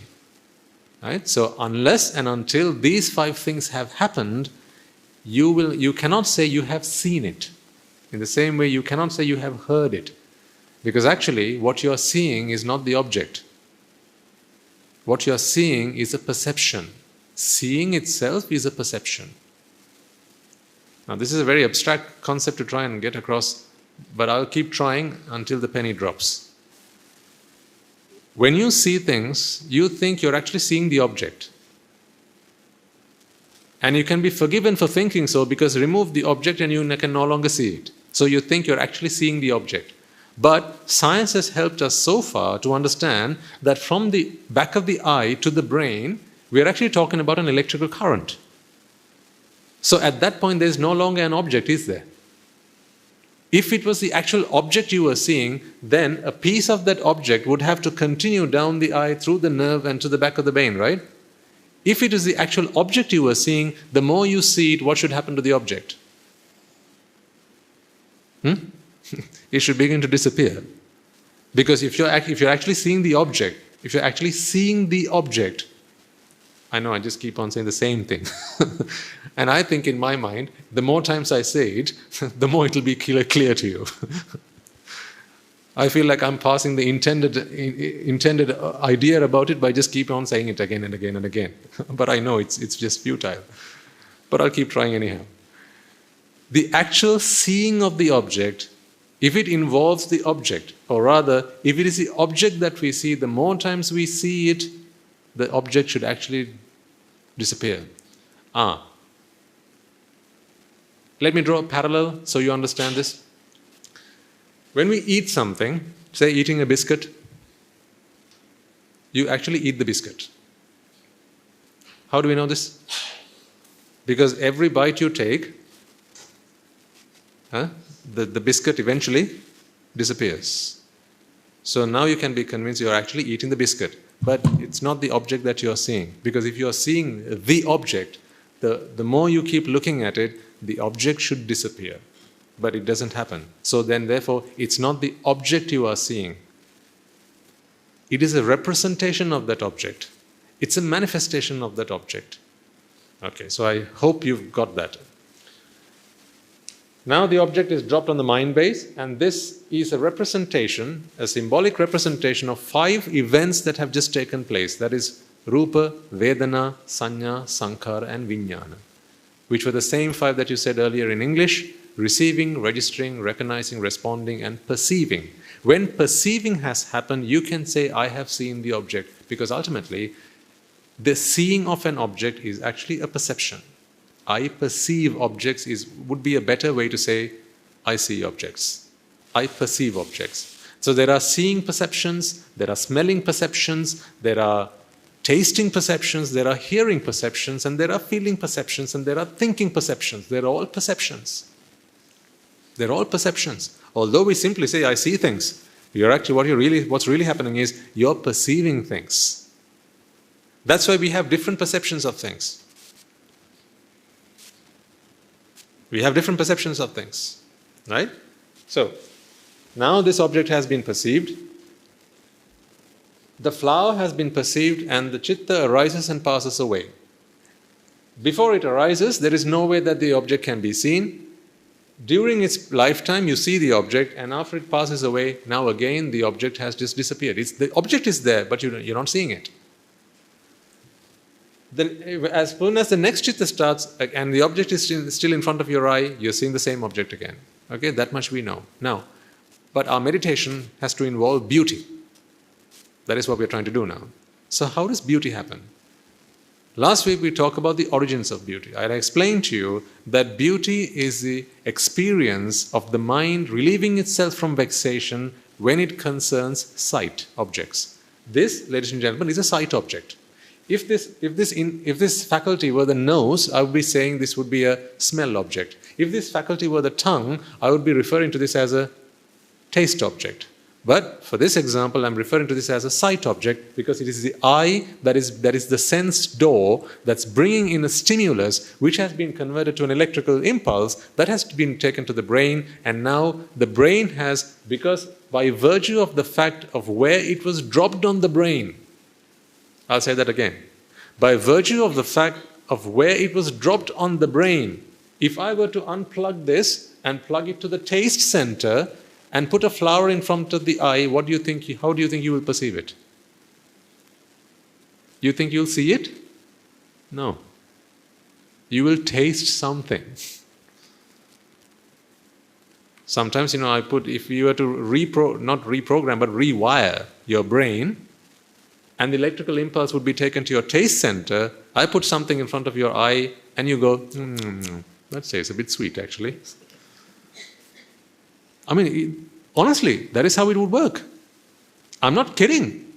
This might sound like science fiction, but well and truly, it is so.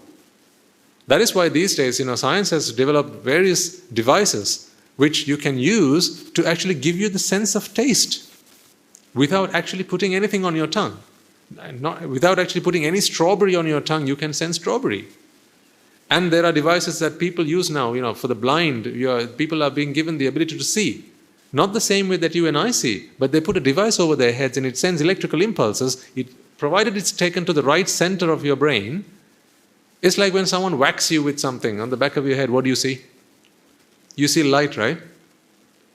So then to see light or to see something, must an object be put in front of your eye? I'll ask the question again. For you to see something, must an object be put in front of your eye? Must it? No. What is required then? Stimulation. Absolutely. If the right part of your brain is stimulated, then the brain will take on the responsibility of producing a sight object and putting it on the mind base. That is what's happening. So we have first-hand experience of this, thankfully. So I can use that to explain the gist of my talk today. But we are talking about beauty, something that goes beyond the normal dealings with the mind. At this point, the mind wishes to see a flower because the mind believes that a flower is beautiful. Because I asked you to think of something that you find pleasurable. These are all based in views. I talked about views to you last week, and I have a video to show you in just a moment. I'll come to that as soon as we've done your meditation. If you do your meditation, I'll give you a treat. Huh? See, I'm good like that. So, I remember in my school days, we would always wait until the end of the class. If we were good in class, the teacher showed us a cartoon or a video of some sort, right? So if you're good in class, I'll show you the video. So when the mind wishes to see something that it thinks is beautiful, is it beautiful? I mean, if it is beautiful, it should be beautiful to everyone, but it's not. That's why if I asked you or took a survey around the room, not all of you have the same answer. Right? Some will say, I thought of chocolate Swami Nuhansa, others will say, I thought of pasta, others will say, I thought of Leonardo da Vinci and one of his drawings, and someone will say, I thought of the last time I went on a trip, I thought of my boyfriend, I thought of my girlfriend, others will say, right? Thankfully, no one finds your boyfriend as good looking as you do.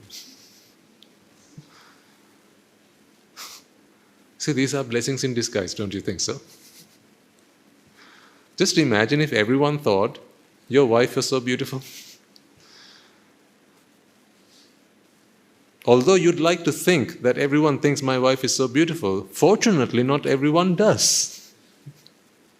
Because if they did, you'd have a tough time keeping her to yourself. So fortunately, beauty lies in the mind of the beholder. That's why although you find her so attractive, you find him so attractive, thankfully not everyone does. Again, even more evidence to convince you that beauty is not in the object. So don't be fooled. It's too late for that Swami Nuhansa, I hear you say. Right, so you have the object, and now you understand how beauty works. It's simply relief from vexation. I want you to take a few minutes to contemplate on this process.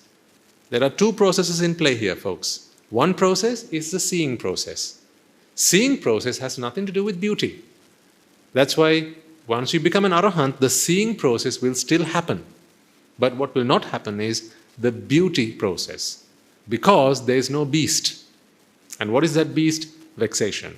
Vexation is only driven or is rooted in ignorance and attachment. Where ignorance prevails, attachment prevails. Where attachment prevails, vexation is there. Vexation manifests. Where vexation is there, your mind goes into it gets crushed like this. I'm trying to give you a visual representation of what happens to the mind. It almost gets crushed. Or you could think of much pressure that's building up in it. And then you give it a moment of relief. That vent of relief is given to the mind. And at that point, that tension, that stress, that pain, it is relieved. That is what you experience as pleasure. Very similar to this. Right? Now let's take a few minutes while we set the video up. I want you to take a few minutes and to think of the object that you have in your mind and try and walk through the process of one, seeing or smelling or tasting as per your example, and two, think about how that brought you pleasure. What is the pleasure process versus what is the seeing process, the sensing process? So again, there are two processes here I want you to think about. First of all, I want you to think of the sensing process. Do you understand the sensing process? The process that is to do with the senses. Seeing, smelling, tasting, touching, right? Or thinking. Take a simple one. Seeing, smelling, tasting. These are simple ones to deal with initially. Whereas thinking, that can take a little bit of practice. And secondly, have a think about how that brings you pleasure. Is it the object that has the pleasure, Or is it the mind when it's in the state of wanting it, when it's in the state of urging, in the state, great state of urge, it's looking for that experience, and then it relieves itself from that experience. It experiences this sense of pleasure. So take a few moments to think about that while we get the video set up. Can you come back from your fourth jhana now, please? I'm just jesting. Did you take a moment to contemplate whatever that object was? Hopefully, you focused your attention on two processes. The two processes I have put down on the board here. There's the top process, which is the object coming into contact with the sense door. Yeah? So as I give out the principle, you go back and look through your experience. So there's the object that came into contact with the sense door, and then through a lengthy process, which I have just summarized into one arrow here, which includes the brain, the optic nerve, or the auditory nerve, or whatever sensory nervous systems and so on. You have the receiving, registering, responding, recognizing, and the perceiving process. And as soon as it's come to this point, perception, you have now either seen, heard, smelled, tasted, or felt, or thought. These are the 6 things that can happen, and they happen as a natural process. It happens to every mind that exists. So from an arahant to a pruthakjana, this process runs for everybody. Fair and square? Then here's the next process. This is the defilement process. This is a natural process, and this is a defilement process. This is the process that is responsible for both pleasure and pain. This process is perfectly harmless. It's very natural. The purpose of our exercise here, the purpose of our Buddha, Dhamma and Sangha here is to get to this point by eradicating this. Of course, the end result seems like it's pleasure, but the problem is that pleasure only comes from the relief from vexation. And that vexation was built up through attachment. And that attachment comes from ignorance. I'll put a question mark up there, just to prompt you to find the answer to this question. Ignorance of what? Because when we say ignorance, it has to come with something, right? Because ignorance is an attribute. Ignorance of what? What do you think? Ignorance of all this.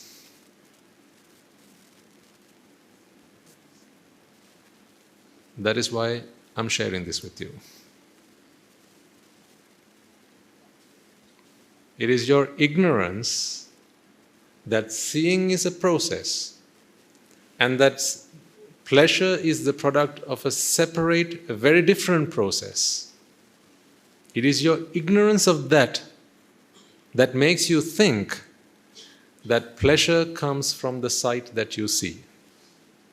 But once you realize, through your understanding of the Dhamma, that pleasure is purely relief from vexation, and that vexation came from attachment, and that attachment came from your belief, wrong thinking, wrong view, that pleasure is in the object, you go through this process.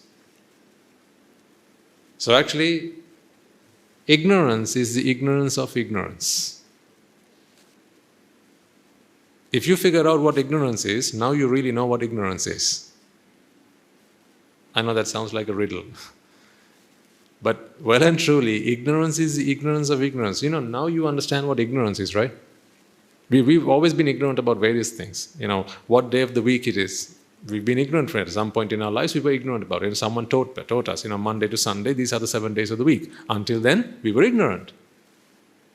If someone asks you what is the capital of Sri Lanka, there was a point you were ignorant about it and someone taught you this.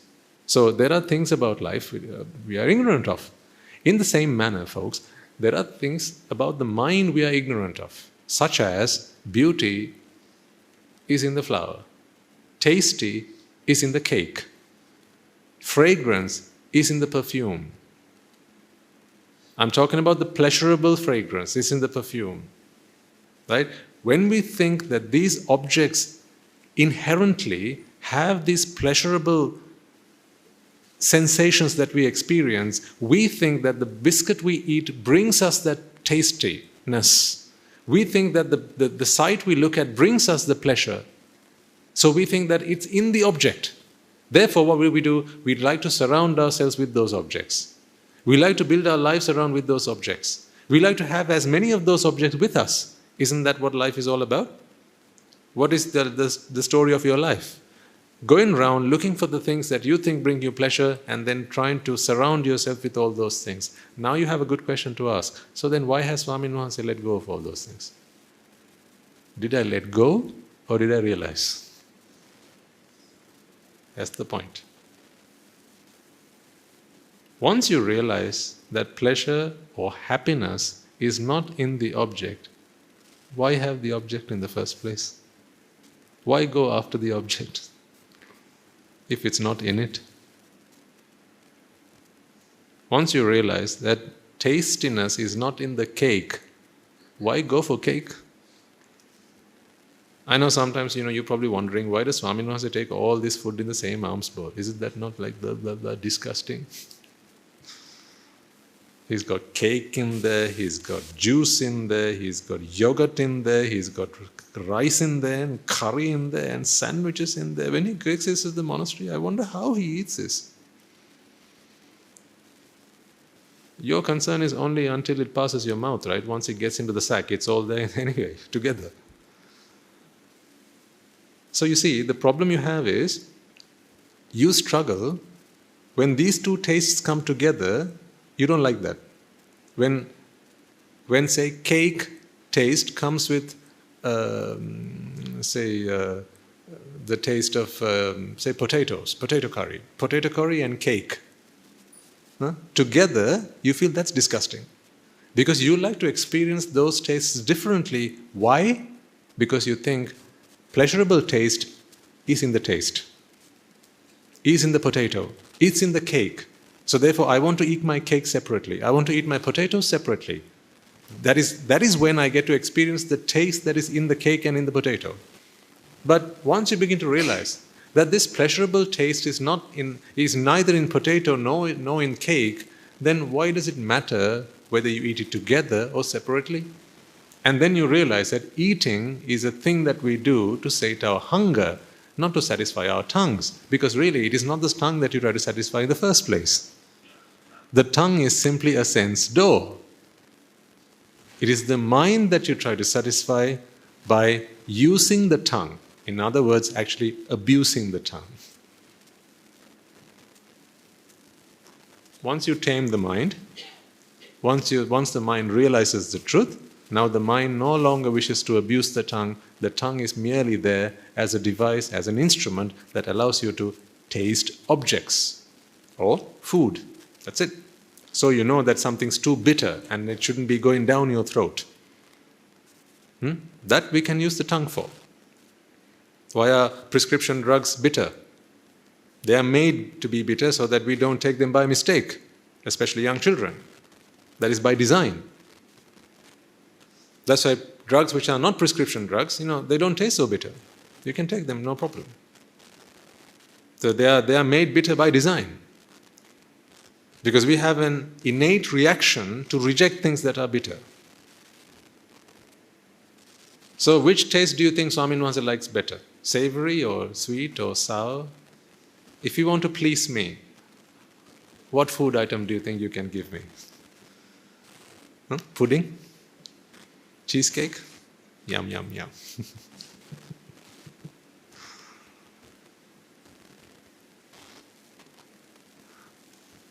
We have gone beyond that. I am not a slave to my taste buds. In fact, through my understanding of this, I have been able to free myself from this urge, from this drive, from this slavery to the ignorance of taste, ignorance of deliciousness. Because today we realize that this pleasurable feeling of taste only comes out of ignorance. That ignorance is the thinking that tastiness exists in the object. Because the moment you think something is there, you want it. There is that wanting that causes your mind to go like that. It goes into a state of void, it goes into a vacuum, it goes into unsatisfactoriness, unfulfillment. And then it's looking for a release, looking for relief. And once you give the object, it is released from that. But the object does not have pleasure in it. What it was simply the object. And that relief you experience as pleasure. Does that make sense to you? We'll talk about this more in future talks, but at least if the concept has now started to take seed in your mind, then you can contemplate on your experiences in the future. So once again, do you think Buddhism is about letting go? Do you? No, not at all. That's why I say don't let go of anything you're not prepared to let go. So get it into your heads that Buddhism is not about letting go. It's purely realization. That is why Buddhist teaching is for the wise. You need the faculty of wisdom to be able to realize things. A fool cannot do that. A wise man can. That is why a fool can never attain Nibbana, because they can't realize, they don't have the wisdom, they don't have what it takes to realize things. But even a fool can let go of things. Letting go is such an easy thing to do. Don't undermine Buddhism and bring it to the same level of letting go. That is such an insult on the Buddha. If you were to say that Buddhism is about letting go, that's the biggest insult that you can make to the Buddha. The Buddha never let go of anything. He did as the Prince Siddhartha. When he renunciated his lay life, yes, he let go. Because he had no understanding. He was just a pratagjana. He was a layperson. So he let go of those things, and it would have been very painful for him. Plenty of times he looked back at his castle, at his palace, at his young prince, and wondering, do I, don't I? Do I, don't I? But on his behalf as well as ours, he let go, and that was very painful. But then under the Bodh tree, he realized the truth. And at that point, he realized that there was nothing to let go. That is where I'm trying to get you, one step at a time. This is one step in the right direction. Right, so as you've been also good, I'm going to show you this video. This video is just to convince you of one fact. So I will tell you what this video is for. This video is to help you understand that the mind can be fooled. I want you to be convinced of this. Because you might say, nobody can fool me. The mind can easily be fooled. First, you have to realize that. The mind can be fooled. It is because the mind is fooled, the mind is ignorant. Right, so we've already learned that ignorance is something that happens in the mind when it doesn't understand the truth. But I'm just going to give you some, these are just some short commercials that we have managed to obtain from the internet that just, they're just some funny stories. So just a bit of drama. It's just easy watching. Enjoy yourself as you watch it. But it's just to convince you of one fact though. This is not just entertainment, this is rather edutainment. So I want to educate and entertain at the same time, hopefully. But as you watch them, these video clips, please take a moment to think about why it is that the people in these videos are fooled. It is because the mind can be fooled. The mind can be tricked. And if that is so, then can't this mind be fooled the same? Is the question I want you to leave with today. Hey, kid. You got to get down. Come on.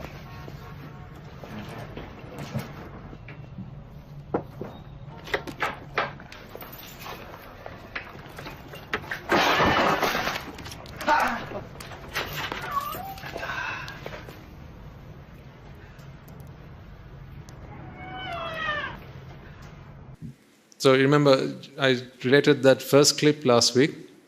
Yeah? So what happened there? This man was cooking something for his wife, and then the cat jumped on the stove, and when it jumped, then the stew or whatever he was cooking fell on the floor, right? And then he held the cat in one hand, knife in the other. The wife walks in and thinks that the man has just tried to kill the cat. So who's fooled there? The wife has been tricked. Right? Not intentionally, but so again, evidence that the mind can be tricked. Now in this episode, what you're saying is, the wife comes and tells the husband, I don't hate your mother. I don't know whether you heard the dialogue, that's why I'm repeating it to you. She says, I don't hate your mother. So they must be having some kind of argument in the family, as they do. Yes? So she says, I don't hate the mother, and then let's see what happens next.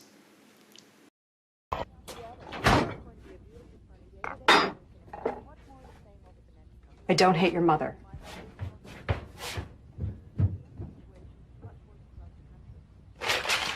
Morning, Bev.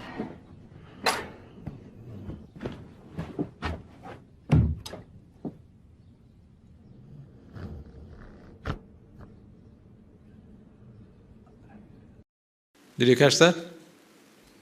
What was she doing? She was just fluffing up the pillow, right, helping the mother be comfortable. And then when she had her pillow in her hand, and the husband walks in, what does he think she's trying to do? Smother her. So again, he was fooled. Because the mind can be fooled. These are all drushti. What was the drushti that the husband was in earlier? They must have had an argument that he must be believing right now that the wife doesn't like his mother. So then, with that view, he approaches the situation. So with that view, as he approaches the situation, he reads everything from that perspective. It's the same thing happening here. With that perspective, you're reading the world. So your world view is predetermined. So with that perspective, as he reads the world, he thinks that now the wife is actually trying to murder his mother. When in fact, the wife is only trying to do what is right by her. Make sense? All right, next one, please. Has a fractured fibula, given him a mild sedative. So I could be able to go on tomorrow. Daddy's gonna be so excited. Oh, good.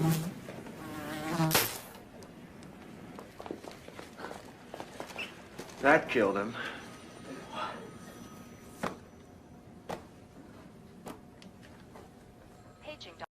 What did you see there?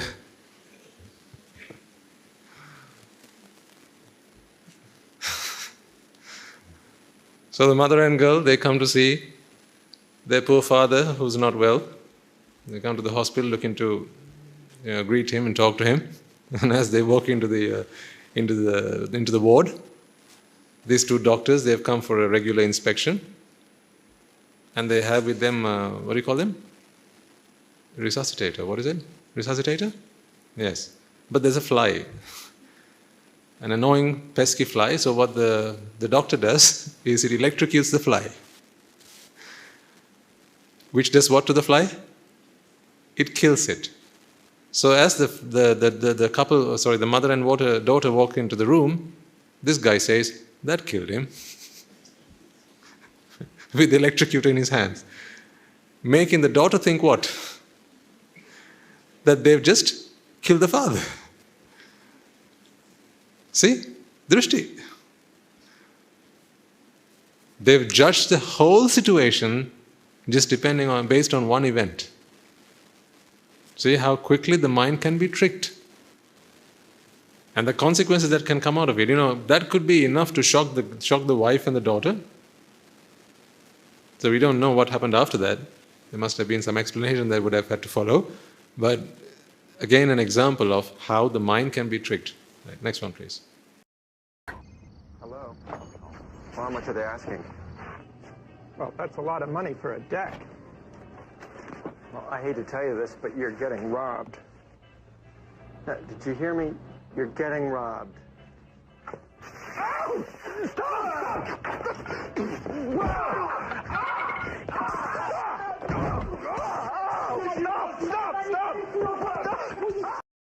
So what did you see there? So someone's on the phone walking into the store and they're trying to convince someone on the end of the line that paying that much money for something is like getting robbed. Yeah, so this guy's on the phone explaining this in the store, and he stood in front of the cashier. So that's one of the worst things you can be saying when you're stood in front of a cashier. Don't try to convince someone that they're paying too much for something, especially by using those words, because the cashier now thinks that he's actually here to rob the guy. So what does he do? He retaliates. complete misjudgment of the situation based on views. This is drishti. So are you not convinced enough by this point that drishti can completely turn your life upside down? See, that's what that is doing to you. This is what ignorance, which is your drishti, is doing to you. You have the view, ladies and gentlemen, that beauty is in the object. And that is why you are suffering. That is why you need them in your life. And that is why when you experience them, you sense this pleasure, which is the relief that you get when you actually acquire them in the end. Let's try the next one.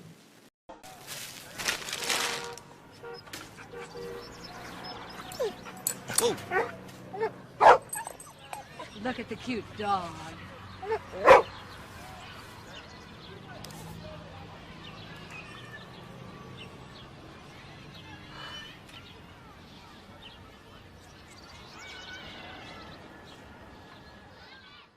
That's my favorite one.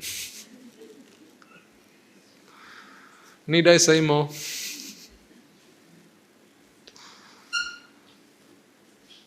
How you can completely misjudge a situation? I don't need to spell that out to you, right? It was pretty obvious what was going on there.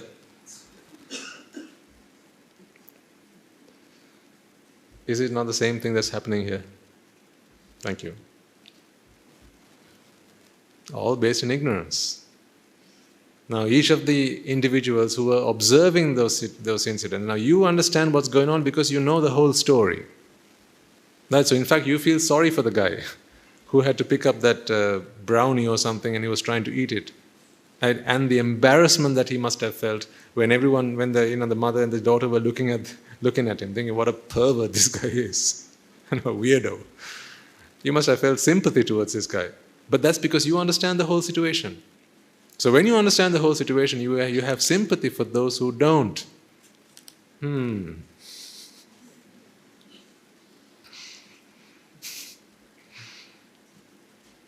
Does that ring a bell? When you understand the whole situation, you have sympathy for those who don't. Yes. If you were there in that last example, right? If you were there in the park, what would you do next? Tell me. What would you have done? You'd have gone up to the girl and the mother, hopefully, and said, "Oh, hold on. Here's what happened. That guy's not eating dog poo. Right? That was actually just a piece of cake or some brownie or something he dropped. It's just the same color, and he dropped it behind the dog. So it's wrong for you to think that it was the dog's feces that this guy was eating. It's wrong for you to think that. But the girl doesn't know this because she didn't see the whole picture. So when you don't see the whole picture, and I'm not talking about seeing through your physical eyes, I'm talking about seeing through your mental eye, your wisdom eye. When you don't see the whole picture, you come into wrong conclusions. You misjudge. And look at the predicament it leaves you in. That's why you suffer.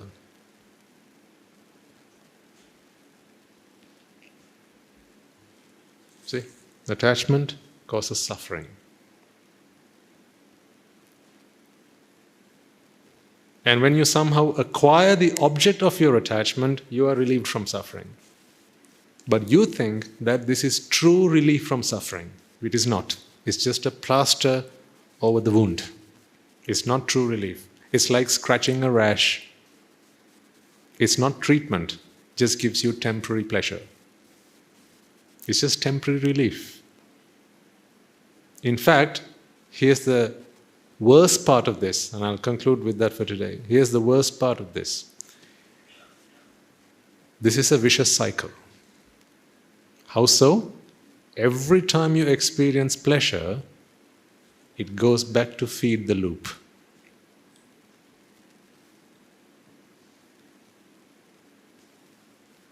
It goes back to feed the loop. And therefore it becomes a self-fulfilling prophecy. This is positive feedback. Every time you experience pleasure, you are further convinced that beauty is in the object. And so therefore, you try to acquire it even more, and even more, and even more. And where does it stop? Why do you think man cannot be satisfied? Here's the answer. Every time you experience pleasure and you have no understanding of the Dhamma, you think pleasure comes from the object and therefore you keep on digging for it. That's why what makes you happy today will not make you happy tomorrow. You need something more. You need something different. You need variety. Variety is the spice of life.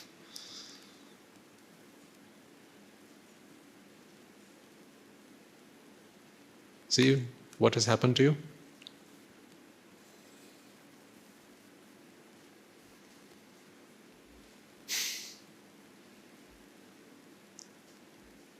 Buddha, Dhamma and the Sangha, the only refuge. Now you think so because I say so, or because you have begun to understood the truth. Now you say, Natti me saranang anyang, Buddho me saranang varang.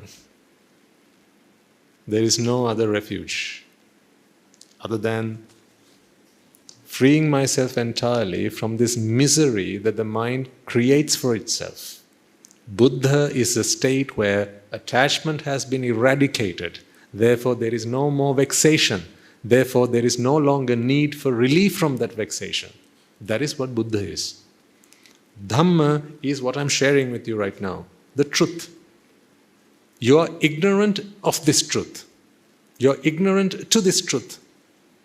It is your ignorance of this truth that puts you into this in the first place. Sangha is you understanding this and then practicing it. Like I said, just because you have understood it doesn't mean from today onwards you will stop feeling pleasure. That's not how it's going to work. Because your mind is so used to seeking that pleasure. It's so used to it. It's like learning to ride a bike. The first time you get on it, sure as hell, you're going to fall. But if you keep on at it, one day you will ride it with your arms behind your back. That's why Sangha has to come with practice. That's what we do as Sangha. We practice. I have dedicated my life to this practice. You have dedicated whatever time is available to you. That's why I say the journey I take in a rocket, you come in a bicycle. But at least that's a journey heading in the right direction. Just think about what you used to do with your lives before Sunday mornings happened. Here's what you used to do. You went in search of pleasure, and every time you experienced pleasure, it was a positive feedback loop, and you were convinced further and further, not of the truth, but a lie. That's why a lie always has to be sustained. It needs to be kept fed, whereas a truth, which brings me back to where I started this talk today, the truth is self-sustaining. You don't need to feed the truth. The truth is self-standing. That's why I have the best job in the world. So, dear ladies and gentlemen, I invite you, wake up. Wake up to the truth. Yes, you're all woken up. You're all awake. I'm not talking about that awake. I'm inviting you to wake up to the truth. See reality. See what's happening to you. Now, if you've understood this, I invite you to do that homework again for this week. Take 5 examples of where you experience pleasure and self-analyze what's really going on here. Is this really the object bringing me pleasure, or the mind going through this process of ignorance, therefore attachment, therefore vexation, and then going into relief from vexation when you finally acquire that object, and then that brings you this sensation of relief, the sensation of pleasure. The more you begin to realize this, the more you become wise and the less you become ignorant. Once you're totally free of that ignorance, this process can no longer run because it is rooted in ignorance. That's why I say the only way to stop this from happening is to realize this is happening. I'll say that again one last time. The only way to stop this from happening is to realize that it is this that is happening. This is only happening because you don't realize that it is this that is happening. You think, when this happens, I also get pleasure. Not so. Does that make sense to everybody? Thank you. I'll thank you for coming. Okay, let's conclude for today then. Let's take a moment to transfer all the merits we have acquired to all those who deserve it. And just as we are able to walk this path to our salvation, may many more people who are lost in the delusion of ignorance be freed from that delusion. May your hearts fill with compassion towards all sentient beings. Now you realize why I make that trek right from the Arama to here to get here every Sunday. Not because I need anything from you, but I have something that you need. So may all sentient beings have the merit to one day realize this truth and free themselves from suffering. So with that in mind, let us take a moment to transfer these merits. First and foremost, then, let us remind ourselves how incredibly fortunate we are to be in receipt of the Lord Buddha's teaching. And with immense gratitude towards the bhikkhus and bhikkhunis, upasikas and upasikas who have since time immemorial protected and preserved the sublime teachings of the Buddha and passed it down to the generations of the noble lineage in the form of the Tripitaka, which is thankfully available to us today to study, understand and comprehend the Dhamma. Let us take a moment to transfer these merits to all members of the Mahasangha present throughout the world, including the chief prelates of all of the chapters who dedicated their lives to the noble path and have committed themselves towards the betterment of all sentient beings. Let us not forget that amongst them are the monks and nuns resident in your local temples and nunneries who have always been by your side through thick and thin, come rain or shine. Let us take a moment to transfer these merits to my teacher, Guru Swami Nuhanse, as well as all the monks resident at the monastery and the Anagarika and Anagarika communities attached to the monastery. Let us also take a moment to transfer these merits to all those who make great efforts to disseminate the teachings of the Buddha, be that by transliterating these talks, sharing them out with others, or inviting others to join them, and may, by the power of these merits, they be healed of any physical and mental ailments and overcome any obstacles to their spiritual progress. May they abstain from the unmeritorious deeds, fulfill the meritorious deeds, fulfill the noble eightfold path, and may they all attain the supreme bliss of Nibbana. Sadhu, sadhu, sadhu. Let us also take a moment to transfer these merits to friends of the monastery, our devotees, who, for the sake of merits to help them attain the supreme bliss of Nibbana, continue to sustain the Mahasangha.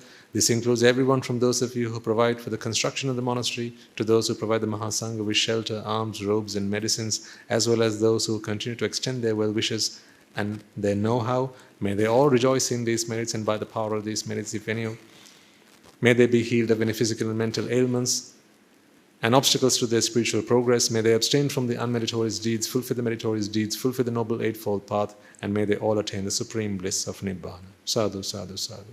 Let us also take a moment to transfer these merits to our mothers and fathers, husbands and wives, brothers and sisters, sons and daughters, grandparents, uncles, aunts, cousins, nephews and teachers, our friends, our acquaintances, our employees, our employers, as well as our teachers and those who have made great efforts on our behalf. May they all rejoice in these merits, and by the power of these merits, if any, by the power of these merits, may they all be healed of any physical and mental ailments and overcome any obstacles to their spiritual progress. May they abstain from the unmeritorious deeds, fulfill the meritorious deeds, fulfill the noble eightfold path, and may they all attain the supreme bliss of Nibbana. Sadhu, sadhu, sadhu. Let us also take a moment to transfer these merits to the Devas and Brahmas and spirits and demons, primarily the Sakadeva, as well as all the numerous gods and deities who have committed themselves to preserving and fulfilling the Sambuddha Sasana. May they all rejoice in these merits, and also those who are guardian deities who keep a watchful eye over us and keep us out of harm's way. May they rejoice in divine power, may they prosper in divine power and wisdom. May they rejoice in these merits, and by the power of these merits, may they abstain from the unmeritorious deeds, fulfill the meritorious deeds, fulfill the noble eightfold path, and may they all attain the supreme bliss of Nibbana. Sadhu, sadhu, sadhu. Let us also take a moment to transfer these merits to those who have passed away in our name, our forefathers, our loved ones, our ancestors, those who have shed blood, sweat and tears on our behalf, and it is in their labor today we enjoy the fruits and are able to practice and listen to the Dhamma in bliss and harmony. May they all rejoice in these merits, and with immense gratitude towards them, let us take a moment to transfer these merits to them. Let us also transfer these merits to all those who make great sacrifices to protect the peace and harmony of our nation.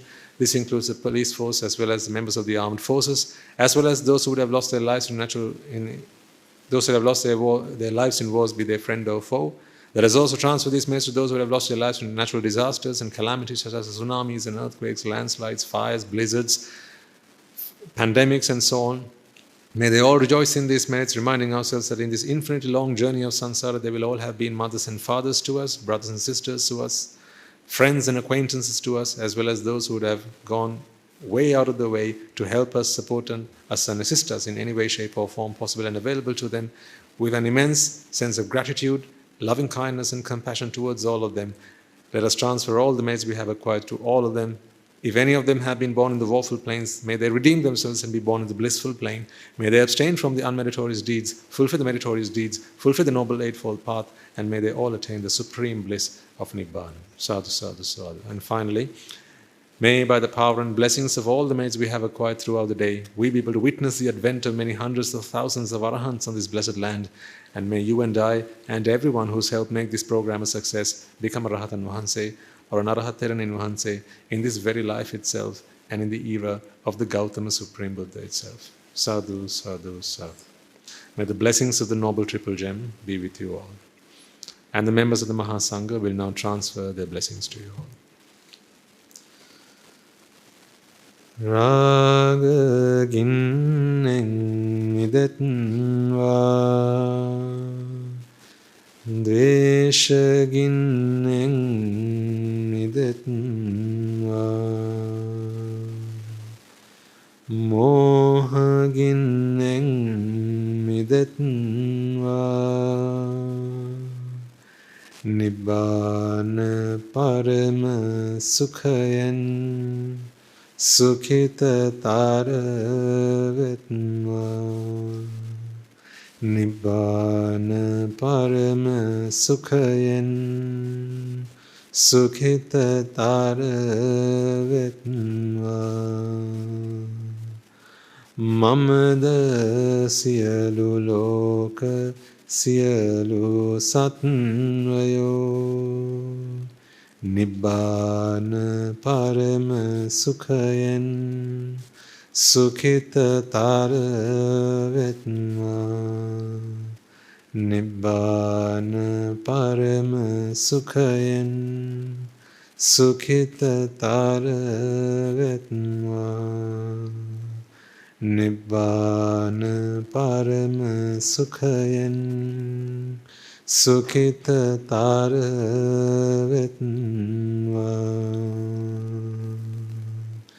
Raga gini niveva Dvesha gini niveva Moha gini niveva Nivan sapa labeva Nivan sapa labeva Nivan sapa labeva Tunruange susi ananta maha guna belen Silu loka silu sattvyoma Nibbana paramasukhen sukita taravetva Sadhu, sadhu, sadhu.